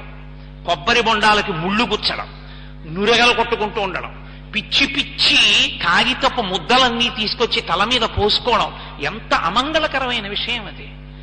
ఏనుగు స్నానం చేసి దుమ్ము పోసుకున్నట్టు వివాహంలో యజ్ఞో మే కామ సమృద్ధితాం పశో మే కామ సమృద్ధ్యతాం అని చెప్తుంటే అవన్నీ మీద పోసుకోవడమా? పోసుకుంటే పువ్వులు పోసుకో, అక్షతలు పోసుకో, మంగళద్రవ్యాలు పోసుకోవాలి. అంతేగాని అడ్డమైనవి తీసుకొచ్చి నెత్తి మీద పోసుకోవడం ఏంటి అసహ్యంగా, పక్కన పురోహితులు ఉండగా పెద్దలు కూర్చుని ఉండగాను. కాబట్టి తెర మీద ఏమీ ఉండకూడదు. ఒక్క స్వస్తిక్ మార్క్ ఒక్కటే ఉండాలి. ఆ స్వస్తిక్ మార్క్ ఉంది అంటే అర్థం ఏమిటో తెలుసా? అది లక్ష్మీదేవి యొక్క పాదముల యందు ఉంటుంది. భవిష్యోత్తర పురాణంలో నారద మహర్షి అంటారు, లక్ష్మీదేవి గురించి చెప్తూ, పాదౌతే స్వస్తికాయుతౌ అంటారు. అమ్మవారి పాదములలో స్వస్తిక్ ముద్ర ఉంటుంది. ఆ స్వస్తిక్ ముద్రతో కూడిన తెర ఉంటే ఆడపిల్ల తలెత్తినా అదే కనపడాలి, మగపిల్లవాడు తలెత్తినా అదే కనపడాలి, కూర్చున్న వాళ్ళకి అదే కనపడాలి, వేదిక మీద ఉన్నటువంటి పురోహితులకి అదే కనపడాలి. తెర దిగిపోయే వరకు స్వస్తిక్ తప్ప ఇంకా ఏదీ కనపడకూడదు. స్వస్తిక్ మార్కుకి అంత గొప్పతనం అందుకొచ్చింది. అది పరదేవత పాదములలో ఉండే శోభనప్రదమైన మంగళప్రదమైన ముద్ర.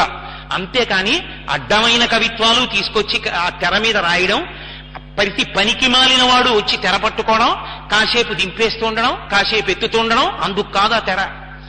ఆ తెర పట్టుకోవాలి అంటే ఆడపెళ్లి వారి పనుపున పరమ భగవద్భక్తి తత్పరులైన వారు ముగ్గురు పట్టుకోవాలి ఒకవైపు, మగపెళ్లి వారి తరపున ఇద్దరు పట్టుకోవాలి. ఆడపెళ్లి వారి తరపున కన్యాదాత అడుగుతాడు మగపెళ్లి వారిని, మీ పనుపున తెర పట్టుకునే వాళ్ళు ఎవరని అడుగుతాడు. వెంటనే మగపిల్లవాడి తండ్రి నిర్ణయం చేస్తాడు, తన వైపున్న బంధుగణంలో రోజు సంధ్యావందనం చేసుకునేవాడు, భక్తి తత్పరుడైన వాడు, శాస్త్రమునందు నమ్మకం ఉన్నవాణ్ణి ఎంచుకుని వాణ్ణి పట్టుకోమంటాడు. ఎలా పడితే అలా కాదు, చక్కగా ఓ పంచ కట్టుకుని పట్టుకోవాలి. ఏదైనా పట్టుకున్నామంటే దానికి అర్థం ఉంటుంది. నేను అబద్ధం చెప్పాననుకుంటే మీరు వేదమంత్రాలకి వ్యాఖ్యానాలు చూడండి. ప్యాంటు చొక్కా వేసుకుని పట్టుకున్నాడు అంటే దిగంబరంగా పట్టుకున్నట్టు లెక్క. అలా పట్టుకోకూడదు, పంచకట్టు కట్టుకుని పట్టుకోవాలి. గోచి పెట్టి కుర్చీళ్లు వేసి కట్టుకున్నవాడే దాన్ని పట్టుకోవడానికి అర్హుడు. అది వాడిది మంగళప్రదమైన స్వరూపం, వాడొక్కడే పట్టుకోవాలి. ఆడపిల్లని వేదిక మీదకి తీసుకురావాలి మేనమావగా అంటే ముందు రోజు చెప్పుకోవాలి, అయ్యా మీరు బుట్ట పట్టుకోండి అందుకని పంచ కట్టుకురండి అని చెప్పాలి. అంతేకాని ఆయన పెళ్లికి వచ్చిన తర్వాత మా అమ్మాయి బుట్టట్టుకోండి అని చెప్పకూడదు. ఆయన ప్యాంట్ వేసుకు రావచ్చు తెలియక, అప్పుడు బుట్టట్టుకోండి నువ్వు అడగనుకూడదు, నువ్వు అడిగినా ఆయన పట్టుకోనుకూడదు. పంచ కట్టుకుంటేనే బుట్ట పట్టుకోవాలి. ఎందుకంటే ఆమె పద్మమునందు కూర్చున్న లక్ష్మి, లక్ష్మీ స్వరూపమైనటువంటి దాన్ని వైదికమైన దుస్తులతోనే పట్టుకుని తీసుకురావాలి. ఆడపిల్లని నడిపించి తీసుకెళ్లరు, ఆమె లక్ష్మీ స్వరూప కనుక. ఒక పని చేశామంటే శాస్త్రం అంత జాగ్రత్తగా విధించింది. శాస్త్రము మీద మర్యాదతో చెయ్యాలి తప్ప ఎలా పడితే అలా చేయకూడదు. ఆయన దేశ విదేశాల్లో చదువుకుని వచ్చాడు, కత్తి పట్టుకుని 4 వీధుల కూడల్లో నించోబెట్టి సెగ్గడ్డ కోసేయగలడు. అయినా ఆపరేషన్ థియేటర్లోకి వెళ్ళి ప్యాంటు చొక్కా విప్పి ఆ డ్రెస్ కోడ్కి సంబంధించినటువంటి దుస్తులు వేసుకుని పైన కూడా గుడ్డతో ఉన్న టోపీ పెట్టుకుని చేతులు శుభ్రంగా కడుక్కుని గ్లోవ్స్ వేసుకుని ఆయన ఎందుకు సెగ్గడ్డ కోస్తున్నాడు? ఆయన వృత్తి మీద ఆయన నిబద్ధత, అంత జాగ్రత్తగా కోస్తున్నాడు. ఆయన 4 వీధుల కూడల్లో కూడా కోసేయగలడు, అంతటి నిపుణుడు. కోస్తున్నాడా? కొయ్యడు. ఆయన శాస్త్రం మీద ఆయనకంత నిబద్ధత ఉంటే నీ కూతురు భవిష్యత్తు మీద నీకెందుకు ఉండదు? నువ్వెందుకు పాటించవు శాస్త్రాన్ని? ఎందుకు ఆ బ్రాహ్మణులు, ఇంకెందుకు వాళ్ళు పురోహితులు? ఎందుకు ఆ మంత్రభాగం? వీడియో కెమెరా ఒక్కటి పెట్టుకుంటే సరిపోతుందిగా, అక్కర్లేని క్రతువంతా చేసుకుని వెళ్ళిపోయేదానికి. అలంకారం చేసుకోవడం మీద ఉన్న శ్రద్ధ మంత్రభాగం మీద, అసలు ఆచరణ మీద పెట్టుకుంటే దేవతలు అభ్యున్నతికి కారణమవుతారు, మనని అనుగ్రహిస్తారు. అంతేకాని అక్కడ మంత్రం జరుగుతూ ఉంటుంది, ఇక్కడ తంతు జరుగుతూ ఉంటుంది. ఎందుకది? ఎందుకు దానికి అన్ని వేలు ఖర్చు పెట్టడం ఎందుకు? ఆ తంతు జరిపించడానికి పెళ్లి చేశామని పేరు పెట్టుకోవడం ఎందుకు? నేను మన్నింపబడేదను గాక. శాస్త్రాన్ని నమ్ముకోవడం వల్ల నా ఆవేశం అలా ఉంటుంది, మరోలా భావన చేయకండి. నేను మీలాంటి వాడినే, కానీ దాని మీద ఉన్న గౌరవం మమకారంతో అప్పుడప్పుడు ఆవేశంగా మాట్లాడుతుంటాను. కాబట్టి ఉభయ వంశాలు సరిపోయాయంటే వాళ్ళకి కళ్ళల్లోకి చూసుకోవడం ముహూర్తం కాదు, సుముహూర్తానికి తెర దింపేస్తారు. అందుకే తెర ఎత్తేయకూడదు, తెర దింపాలి. తెర దింపేస్తే అఘోర చక్షు అని మంత్రం, మనం ఇద్దరం ఒకరి కన్నులలోకి ఒకరం చూసుకున్నదేదో అది శుభముహూర్తం. జీలకర్ర బెల్లం ఆలస్యం అయితే దోషం రాదు. జీలకర్ర బెల్లం మంగళ వస్తువులు. అవి ఒకరి తల మీద ఒకరు పెట్టుకోవడం అన్యోన్యత కోసం, అకాల వృద్ధాప్యం రాకుండా ఉండడం కోసం, మనసులు ఏకీకృతం అవ్వడం కోసం. అసలు అభ్యున్నతంతా ఒకళ్ళ కళ్ళల్లోకి ఒకళ్ళు చూసుకోవడమే. కావాలంటే మీరు మంత్రభాగాన్ని పరిశీలించండి. వాళ్ళు కళ్ళల్లోకి చూసుకోవడానికి అవకాశం ఇవ్వాలి. అంతేకాని అసలు ఇలా సుముహూర్తం అనగానే ఇటు చూడండి, ఇటు చూడండి, ఇటు చూడండి అంటే వాళ్ళు ఇటు చూసుకోవడం మానేసి ఇలా చూసుకుంటూ ఇలా పెట్టుకుంటే ఇంకెందుకు ఆ సుముహూర్తం? వాళ్ళు తేరిపారి కన్నులలోకి చూసుకుని అప్పుడు లేచి అడగాలి వరుడు, ఇప్పుడు నేను ఈమెని కళ్ళల్లోకి చూసినటువంటి ముహూర్తము సుముహూర్తమగుగాక. మీరు అందరు అనండి ఒకసారి అంటాడు. అయం ముహూర్త సుముహూర్తోస్తో అంటుంది సభంతా కూడా. అని నాయనా నువ్వేం కోరుకున్నావో అటువంటి వృద్ధి పొందు అని పట్టుకెళ్ళి అక్షతలు వేస్తారు. అంతేగాని బూట్లు చెప్పులు వేసుకుని వేదికెక్కేసి వేసేసి వచ్చేసేయమని కాదు. ఏది ఎందుకు చేస్తున్నావో అందుకు చెయ్యాలి. అది జీవితాల అభ్యున్నతికి సంబంధించింది వివాహం అన్నది. అంతేకాని ఏదో ఆషామాషీగా చేసేసి తర్వాత వాళ్ళు ఏడుస్తుంటే పనికిమాలిన పెద్దరికాలతో ఒడ్డున కూర్చుని మన హేళన చేయమని కాదు. పిల్లలు జాగ్రత్త పడడానికి, వాళ్ళ జీవితాల అభ్యున్నతి కొరకు శాస్త్రం తెలుసున్నవాడు ఇలా చేసుకోండని చెప్పి వాళ్ళు హాయిగా బ్రతికే అదృష్టాన్ని కల్పించాలి పెద్దలు. అది పెద్దరికం. కాబట్టి ఆయన వాళ్ళకి ఇక్ష్వాకు వంశంలో ఆ యుగంలో ఆ ప్రాంతంలో ఇప్పటికీ ఒక్కొక్క చోట ఒక్కొక్కటి సుముహూర్తం. ఒక్కొక్కరికి మంగళసూత్రం, ఒక్కొక్కరికి పాణిగ్రహణం, ఒక్కొక్కరికి జీలకర్ర బెల్లం, ఒక్కొక్కరికి కళ్ళల్లోకి చూడడం. కాబట్టి ఆ రోజుల్లో ఒకరి పాణి ఒకరు పట్టుకోవడం, ఒకరి చేతులు ఒకరు పట్టుకోవడం. కాబట్టి ఇయం సీత మమ సుత. మీరు చూడండి, ఆ శ్లోకం ఎవరు చెప్తారో వాళ్ళకి అన్వయం అవుతుంది. కళ్యాణం జరుగుతోందనుకోండి, సీతారామ కళ్యాణం, ఇక జీలకర్ర బెల్లం పెట్టిస్తున్నారు. ఆ సమయంలో సభంత ఇయం సీత మమ సుత సహధర్మచరీతవా అంటోందనుకోండి, వారు పీటల మీద కూర్చోకపోయినా వారే సీతారామ కళ్యాణం చేసినట్టు. అందుకే ఇప్పటికీ ఒక సదాచారం ఉంది. చాలా చోట్ల ఈ శ్లోకం చెప్పిస్తారు సీతారామ కళ్యాణం, అందరితో చెప్పిస్తారు ఒకసారి. అప్పుడు మహానుభావుడైనటువంటి జనక మహారాజు గారు చెప్పాడు, ఈమె సీత నా కూతురు, సహధర్మచరీతవా. నీకెందిస్తున్నానో తెలుసా? ఎందుకు ఇస్తున్నానో తెలుసా? ధర్మమునందు నిన్ను అనువర్తిస్తుంది, ధర్మపత్నిగా ఇస్తున్నాను రామా. కాబట్టి ఈమెని స్వీకరించు. సహధర్మచరీతవా ప్రతీచ్ఛ చైనాం భద్రం తే పాణిం గృహ్ణీష్వ పాణినా. ఆమె చేతిని నీ చేతితో, ఇద్దరు చేతులు కలిపి ఒకరి చేతులు ఒకరు చెయ్యి పట్టుకోండి.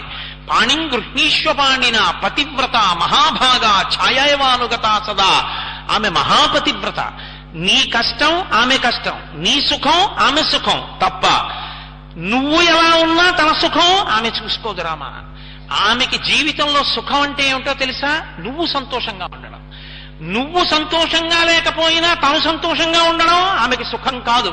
నీ సుఖం ఆమె సుఖం. ఇదే సీతమ్మ తల్లి జీవితమంతా. మీరు చూడండి, ఆమెకి తన సుఖమన్న మాట లేనే లేదు. ఆమె సుఖమల్లా ఒక్కటే. రామచంద్రమూర్తి సుఖమే ఆమె సుఖం, లక్ష్మణస్వామి సుఖమే ఆమె సుఖం, అత్తవారింటి సుఖం ఆమె సుఖం, పుట్టింటి సుఖం ఆమె సుఖం. ఆమె సుఖం ఇంకొకటి లేదు. ఆమెకే కాదు, ఈ జాతిలో పుట్టిన ఏ ఆడపిల్ల జీవితమైనా అంతే. అందుకే ఆ ఆడపిల్ల యొక్క నడవడికి నెలకి 3 వానల్లో ఒక వాన పడింది. ఏ ఆడదైనా సరే చూడండి, ఏ మగవాడు లోకంలో కోరుకోడు మా ఆవిడ చేతుల్లో వెళ్ళిపోవాలని. కానీ ఆడది త్రికరణ శుద్ధిగా కోరుకుంటుంది, మా ఆయన చేతిలో వెళ్ళిపోవాలంట. ఆమెకి మంగళం కూడా ఏమిటి అంటే భర్త చేతిలో వెళ్ళిపోవడమే. ఎంతమందిని విడిచిపెట్టేస్తుంది, ఆ భర్తతో వెళ్ళిపోతుంది. భర్త పెట్టిందేదో అదే ఆమెకు అమృతం. మిగిలిన వాళ్ళు ఎంతమంది ఎన్ని తెచ్చి పెట్టండి, ఆమెకు అమృతం కాదు. ఆయనతో కలిసి ఉన్నదే ఆమెకి జీవితం, ఆయనతో కలిసి లేనిది ఆమెకి జీవితం కాదు. అది ఈ జాతీయందు స్త్రీ నమ్ముతుంది. రామాయణంలో జనక మహారాజు గారు కన్యాదానం చేస్తూ చెప్పిన శ్లోకం ఏదుందో అది సనాతన ధర్మంలో కన్యాదానానికి ఆయువు పట్ట శ్లోకం. అంత గొప్ప శ్లోకాన్ని ఇచ్చారు మహర్షి అని. సహధర్మచరీతవా ప్రతీచ్ఛ చైనాం భద్రం తే పాణిం గృహ్ణీష్వ పాణిన పతివ్రత మహాభాగా ఛాయేవానుగతా సదా అన్నారు. నిన్ను నీడ ఎలా అనువర్తిస్తుందో అలా అనువర్తిస్తుంది రామ. నేను ముళ్ళమించి నడవవలసి వచ్చిందనుకోండి, నా నీడ నువ్వు ముళ్ళ మీద పెడుతున్నావు కానీ నేను ముళ్ళ మీద రానని పక్కకి వెళ్ళదుగా, తను ముళ్ళ మీదే వస్తుంది. నీకు కష్టం వచ్చిన నాడు ఆమె కూడా ఆ కష్టాన్ని పంచుకుంటుంది తప్ప మాకు పుట్టింట్లో ఇలా అలవాట్లేదు సుమండి అని అనదు సీత. కష్ట సుఖాల్లో నీకు తోడు నీడ, నువ్వు నీ నీడ ఎలా విడివడి ఉండలో ఆమె అలా ఉంటుంది. అందుకే ఇప్పటికీ సనాతన ధర్మమునందు సదాచారం ఏమిటో తెలుసా? దంపతుల మధ్యలోంచి వెళ్ళరు, వెళ్ళకూడదు కూడా. దంపతుల మధ్యలోంచి వెళ్ళకూడదు. ఎందుకంటే వాళ్ళిద్దరూ మనస్సు శరీరము ఒకటైపోయినటువంటి స్వరూపం. వాళ్ళ పొరపాటున ఇద్దరి మధ్య నుంచి కూడా వెళ్ళకూడదు. ఎప్పుడైనా పొరపాటున దంపతులు అటు ఇటు నించునుంటే అమ్మ ఇటు రండి అనో, లేకపోతే ఆయన్ని అయ్యా మీరు ఇటు వెళ్ళండి అనో వెళ్ళాలి తప్ప ఇద్దరి మధ్యలోంచి కూడా వెళ్ళకూడదు. శాస్త్రం దాన్ని నిషేధించింది. అంత గొప్పది. అందుకే దంపతులు సంతోషంగా ఒకరి కొరకు ఒకరు బ్రతికేయడానికి ప్రయత్నించాలి కానీ ఏ కారణం చేత కూడా దంపతుల మధ్య వైషమ్యములు కలిగే ఒక్క మాట మాట్లాడడానికి వీల్లేదని చెప్పింది. ఎన్నడూ మాట్లాడకూడదు. పెళ్లి వేదిక మీదకి వెళ్లేవరికే, పెళ్లి నిశ్చయం అయ్యేవరికే ఆమెకి ఈయన తగునా ఈయనకు ఆమె తగునా ప్రశ్న. ఒక్కసారి పెళ్లి మీద పీటల మీద కూర్చున్నారనుకోండి, ఆమె ఈయనకి తగునా ఈయనకు ఆమె తగునా ప్రశ్న లేదు. ఒండరులు ఒకరికొరకొకరు పుట్టినారు అంతే ఆశీర్వచనం. ఇక వాళ్ళ జీవితంలో ఎప్పుడూ ఆ తీర్పు చెప్పకూడదు.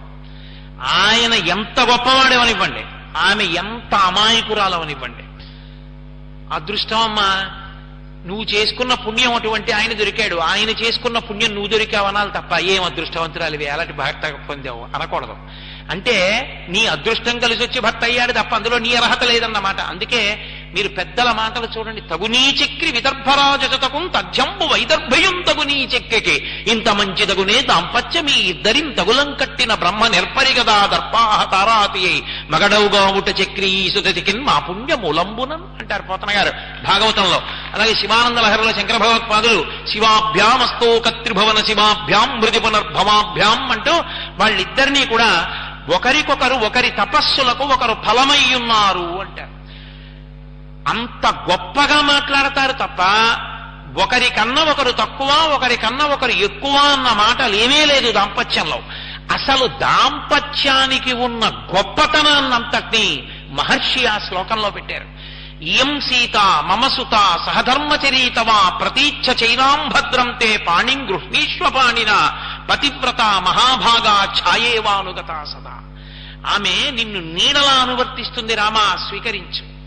చక్కగా పాణిగ్రహణం చేశాడు. సీతమ్మ తల్లి యొక్క చేతిని తన చేతితో స్వీకరించాడు. పాణిగ్రహణమైంది రామచంద్ర ప్రభువు, శ్రీరామచంద్ర ప్రభు అయ్యాడు. శ్రీకారం పేరు పక్కన ఎప్పుడు చేరుతుంది అంటే వివాహం అయిపోయిన తర్వాత చేరుతుంది. ఆమెయే తనకి శ్రీ లక్ష్మి.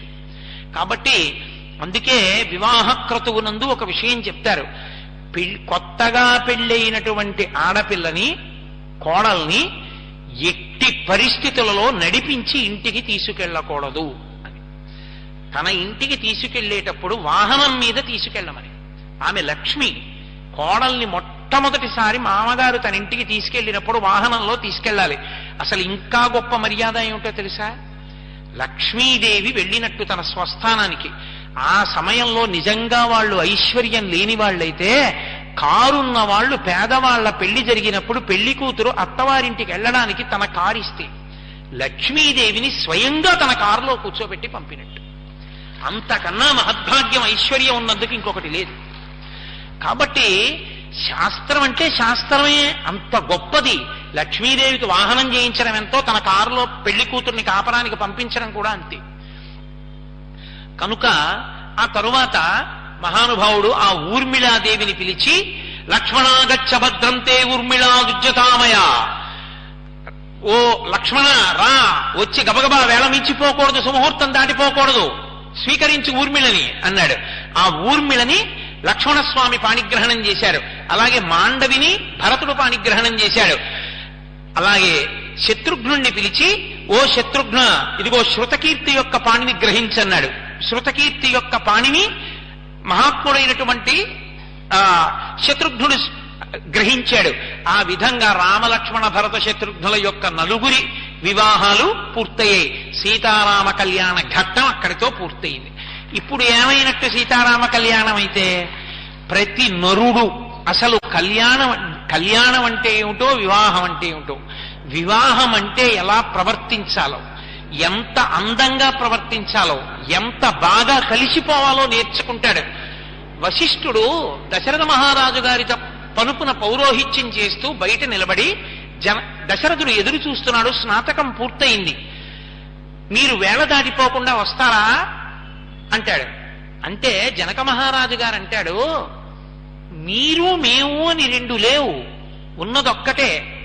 మీ ఇల్లు మా ఇల్లు, మా ఇల్లు మీ ఇల్లు. ఇప్పుడు అయోధ్యకి మిథిలకి భేదం లేదు, రెండు సింహాసనాలు కూడా ఒకటే. మీరు రెండు సింహాసనాల మీద కూర్చోండి అంటాడు. అది మర్యాద అంటే. పెళ్ళయింది అంటే, పాణిగ్రహణం అయిపోయింది అంటే ఇక ఆడపెళ్లివారు మగపెళ్లివారు, మగపెళ్లివారి భోజనాలు, మగపెళ్లివారికి నెత్తి మీద పెట్టుకోవడాలు అన్న అల్లర్లేం అక్కర్లేదు. కన్యాదాత గౌరవాన్ని వియ్యంకుడు కూడా చూడాలి. ఏమవుతుంది బావగారు తింటే, కూర్చోండి ఏం పర్వాలేదు అని అనగలగాలి. జీవితాంతం కలిసి బతకవలసిన వాళ్ళు. మీరు ఒక్కటి జ్ఞాపకం పెట్టుకోండి, నేను మాట అంటే మీరు నొచ్చుకోవద్దు. ముక్కుపచ్చలారని పిల్లలు వాళ్ళు కొత్తగా వైవాహిక జీవితంలో ప్రవేశించి వాళ్ళు సంతోషంగా కలిసి ఉండాలనుకుంటారు. బుద్ధి గడ్డి తిన్న పెద్దవాళ్ళు 50 ఏళ్ళు వచ్చి వియ్యంకుడి మీద, వియ్యగ్రహాల మీద తక్కువ చేసి వీళ్ళు మాట్లాడతారు, వీళ్ళని తక్కువ చేసి వాళ్ళు మాట్లాడతారు.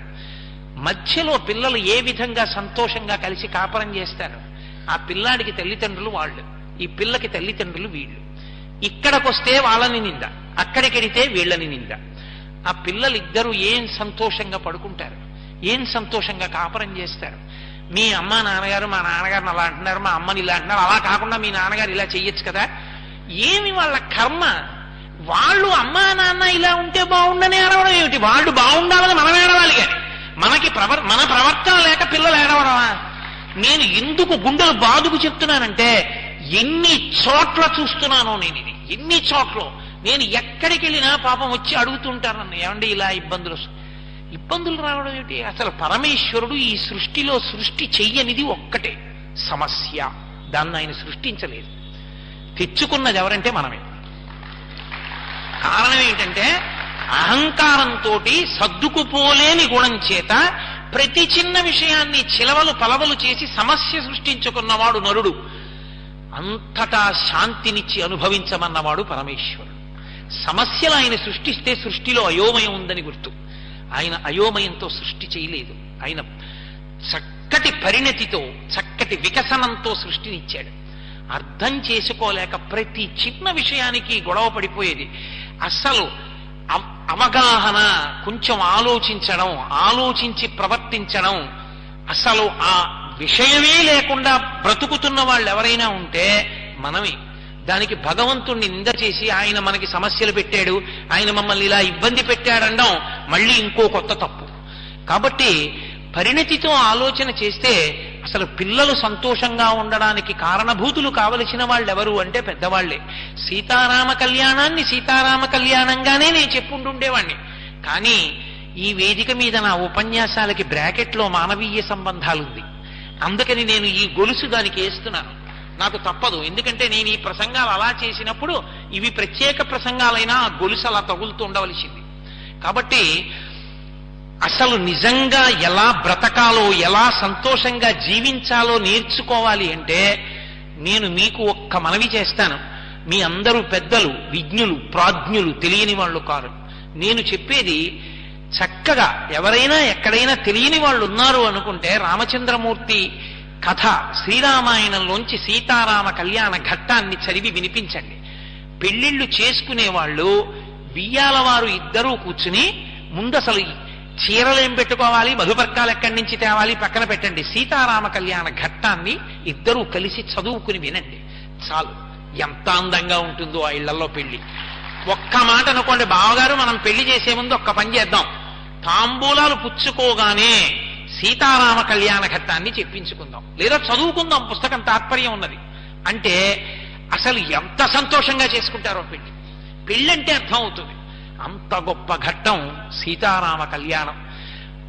ఆంతరమునందు పరమేశ్వరుడు తన శక్తితో కలిసి అవతల రాక్షస సంహారం చేసి నరుని యొక్క గౌరవాన్ని ఉద్దీపింపజేసేటటువంటి పవిత్రమైనటువంటి సందర్భం. అప్పుడు జరిగిన కళ్యాణం ఇప్పటికీ ఎప్పటికీ అందరికీ అభ్యున్నతినిస్తుంది. అందుకే మీరు చూడండి, కళ్యాణం జరిగేటప్పుడు మగపెళ్లివారుగా ఎవ్వరూ కూర్చోరు. ఎవరో అమాయకుడు తెలియక నేను రాముడి పక్షం అంటాడేమో గాని కళ్యాణంలో ఎవ్వరూ మగపెళ్లివారు ఉండరు. కళ్యాణ ఘట్టంలో ఎవరైనా సరే ఆడపెళ్లివారే. మీరు చూడండి, పీటల మీద కూర్చున్న వాళ్ళు ఏమంటారు? మేము మంగళసూత్రాలు ఇస్తామండి అంటారు. మేము మంగళసూత్రాలు ఇస్తామండి, సీతమ్మ వారికి పసుపు కుంకాలు ఇస్తామండి, కన్యాదానం చేస్తామండి అంటారు. ఆ ఆర్తి ఎందుకు వస్తుందో తెలుసా? జీవుడు కన్య, పరబ్రహ్మము పురుషుడు. ఈ జీవుడు పరబ్రహ్మమును చేరిపోవాలి. జీవబ్రహ్మైక్య సిద్ధి ఇద్దరి మధ్యలోంచి ఇంకా నడవరు. పూర్ణమద పూర్ణమిదం పూర్ణాత్ పూర్ణముదచ్యతే పూర్ణస్య పూర్ణమాదాయ పూర్ణమేవావశిష్యతే. ఆ జీవబ్రహ్మైక్య సిద్ధికి సీతారామ కళ్యాణం కారకం కాదు. సీతారామ కళ్యాణ ఘట్టాన్ని చూస్తే చాలు ఒక సమృద్ధి కలుగుతుంది. నరుడిగా వచ్చినవాడు. మనం వివాహం చేసుకునేటప్పుడు ఏ మంత్రాలు వాడతామో పరమేశ్వరుడికి తలంబ్రాలు పోసేటప్పుడు కూడా అవే మంత్రం చెప్తారు. ఏమండి? యజ్ఞో మే కామ సమృద్ధ్యతాం, శ్రియో మే కామ సమృద్ధ్యతాం, ఈ మంత్రాలతోటే పోస్తారు. అప్పుడు రాముడికి కాదు ఆ సమృద్ధి, ఆయన పరబ్రహ్మం. ఆయన తలమించి సీతమ్మ తలమించి కింద పడిన అక్షతలున్నాయే, ఆ అక్షతారోపణం చేసిన తలంబ్రాల బియ్యాన్ని తీసి పక్కన పెట్టి సీతారామ కళ్యాణం అయిపోయిన తర్వాత ఆ అక్షతలు వేస్తారు. అక్షత అన్న మాటకు అర్థం ఏమిటో తెలుసా? క్షతము కానిది, నడుము విరగనిది అని అర్థం. నడుము విరగనిది అంటే దాని యందు మంత్రశక్తి ఎవడు పట్టుకున్నాడో వాడి యొక్క తేజస్సు ప్రవేశిస్తుంది. అది దానికి ఉండే లక్షణం. అందుకే పసుపు కలిపి చేతికిస్తారు. విరిగిపోయిన బియ్యం ఇవ్వకూడదు. నిలువుగా ఉన్నటువంటి బియ్యం, విరిగిపోయినటువంటి బియ్యాన్ని సువాసినులు ఏరి పసుపు కలుపుతారు. కలిపి అవిస్తారు సభలో వాళ్ళకి. ఒకానొకప్పుడు యాజ్ఞవల్కుడు జనకుని యొక్క సింహాసనం మీద అక్షతలు వేస్తే సువర్ణమయం అయిపోయింది. ఆ చేతితో అక్షతలు పట్టుకుని ఆయన కులదైవాన్ని ప్రార్థన చేశాడు అనుకోండి, ఈ దంపతులు వృద్ధిలోకి రావాలని. ఆయన తేజస్సు చేత ఆ అక్షతల శక్తిని పొంది అవి మూర్ధన్య స్థానమును తగిలినప్పుడు దానికి ప్రతిబంధకంగా ఉన్నటువంటి పాపము తొలగుతుంది. ఈశ్వర కళ్యాణమునందు ఆ అక్షతారోపణం చేసిన అక్షతల్ని ప్రసాదంగా తల మీద ధరిస్తే ఆ తలంబ్రాల బియ్యం మనం శిరస్సు మీద వేసుకుంటే మనం ఏ మంగళాన్ని పొందడానికి ప్రతిబంధకంగా పాపం వచ్చి అడ్డంగా నిలబడిందో అది పోతుంది. అందుకే ఆ మంగళం ప్రసరించడానికి వీలైన రీతిలో కూర్చోవాలి. అదే పనిగా మాట్లాడుతూ కూర్చోకూడదు. చక్కగా ఓ పంచె కట్టుకుని ఓ కళ్యాణం జరుగుతోందంటే కూర్చుని ఆ అక్షతలు తల మీద వేయించుకోవాలి. ఆ అక్షతారోపణం అన్నది అంత గొప్పది. అందుకే తలంబ్రాల బియ్యం తలంబ్రాల బియ్యం తలంబ్రాల బియ్యం అని వెంట తిరుగుతారు. అదే కారణం. మనం వివాహం చేసుకుంటే తలంబ్రాల బియ్యం బ్రాహ్మణుడు తీసుకుంటాడు. పరమేశ్వరుడి కళ్యాణం చేస్తే ఈశ్వర కళ్యాణంలో ఆ తలంబ్రాల బియ్యాన్ని మనకే ప్రసాదంగా తల మీద వేస్తారు. రేపటి రోజున మన భాగ్య విశేషం. చక్కగా ఇవాళ ఏ సీతారామ కళ్యాణ ఘట్టాన్ని విన్నామో ఆ సీతారామ కళ్యాణ ఘట్టాన్ని చూసి ఆ ఘట్టంలో ఉన్నటువంటి ఆ ఆర్ద్రాక్షతల్ని మన శిరస్సుల మీద మనందరం కూడా ప్రసాదంగా పుచ్చుకునేటటువంటి అదృష్టాన్ని పొందుతాం. కలియుగంలో ధర్మం కోసం పోరాడే ప్రతి ఒక్కరి వెంట ఉన్నాడు. నీ వెంట ఉన్నాడు.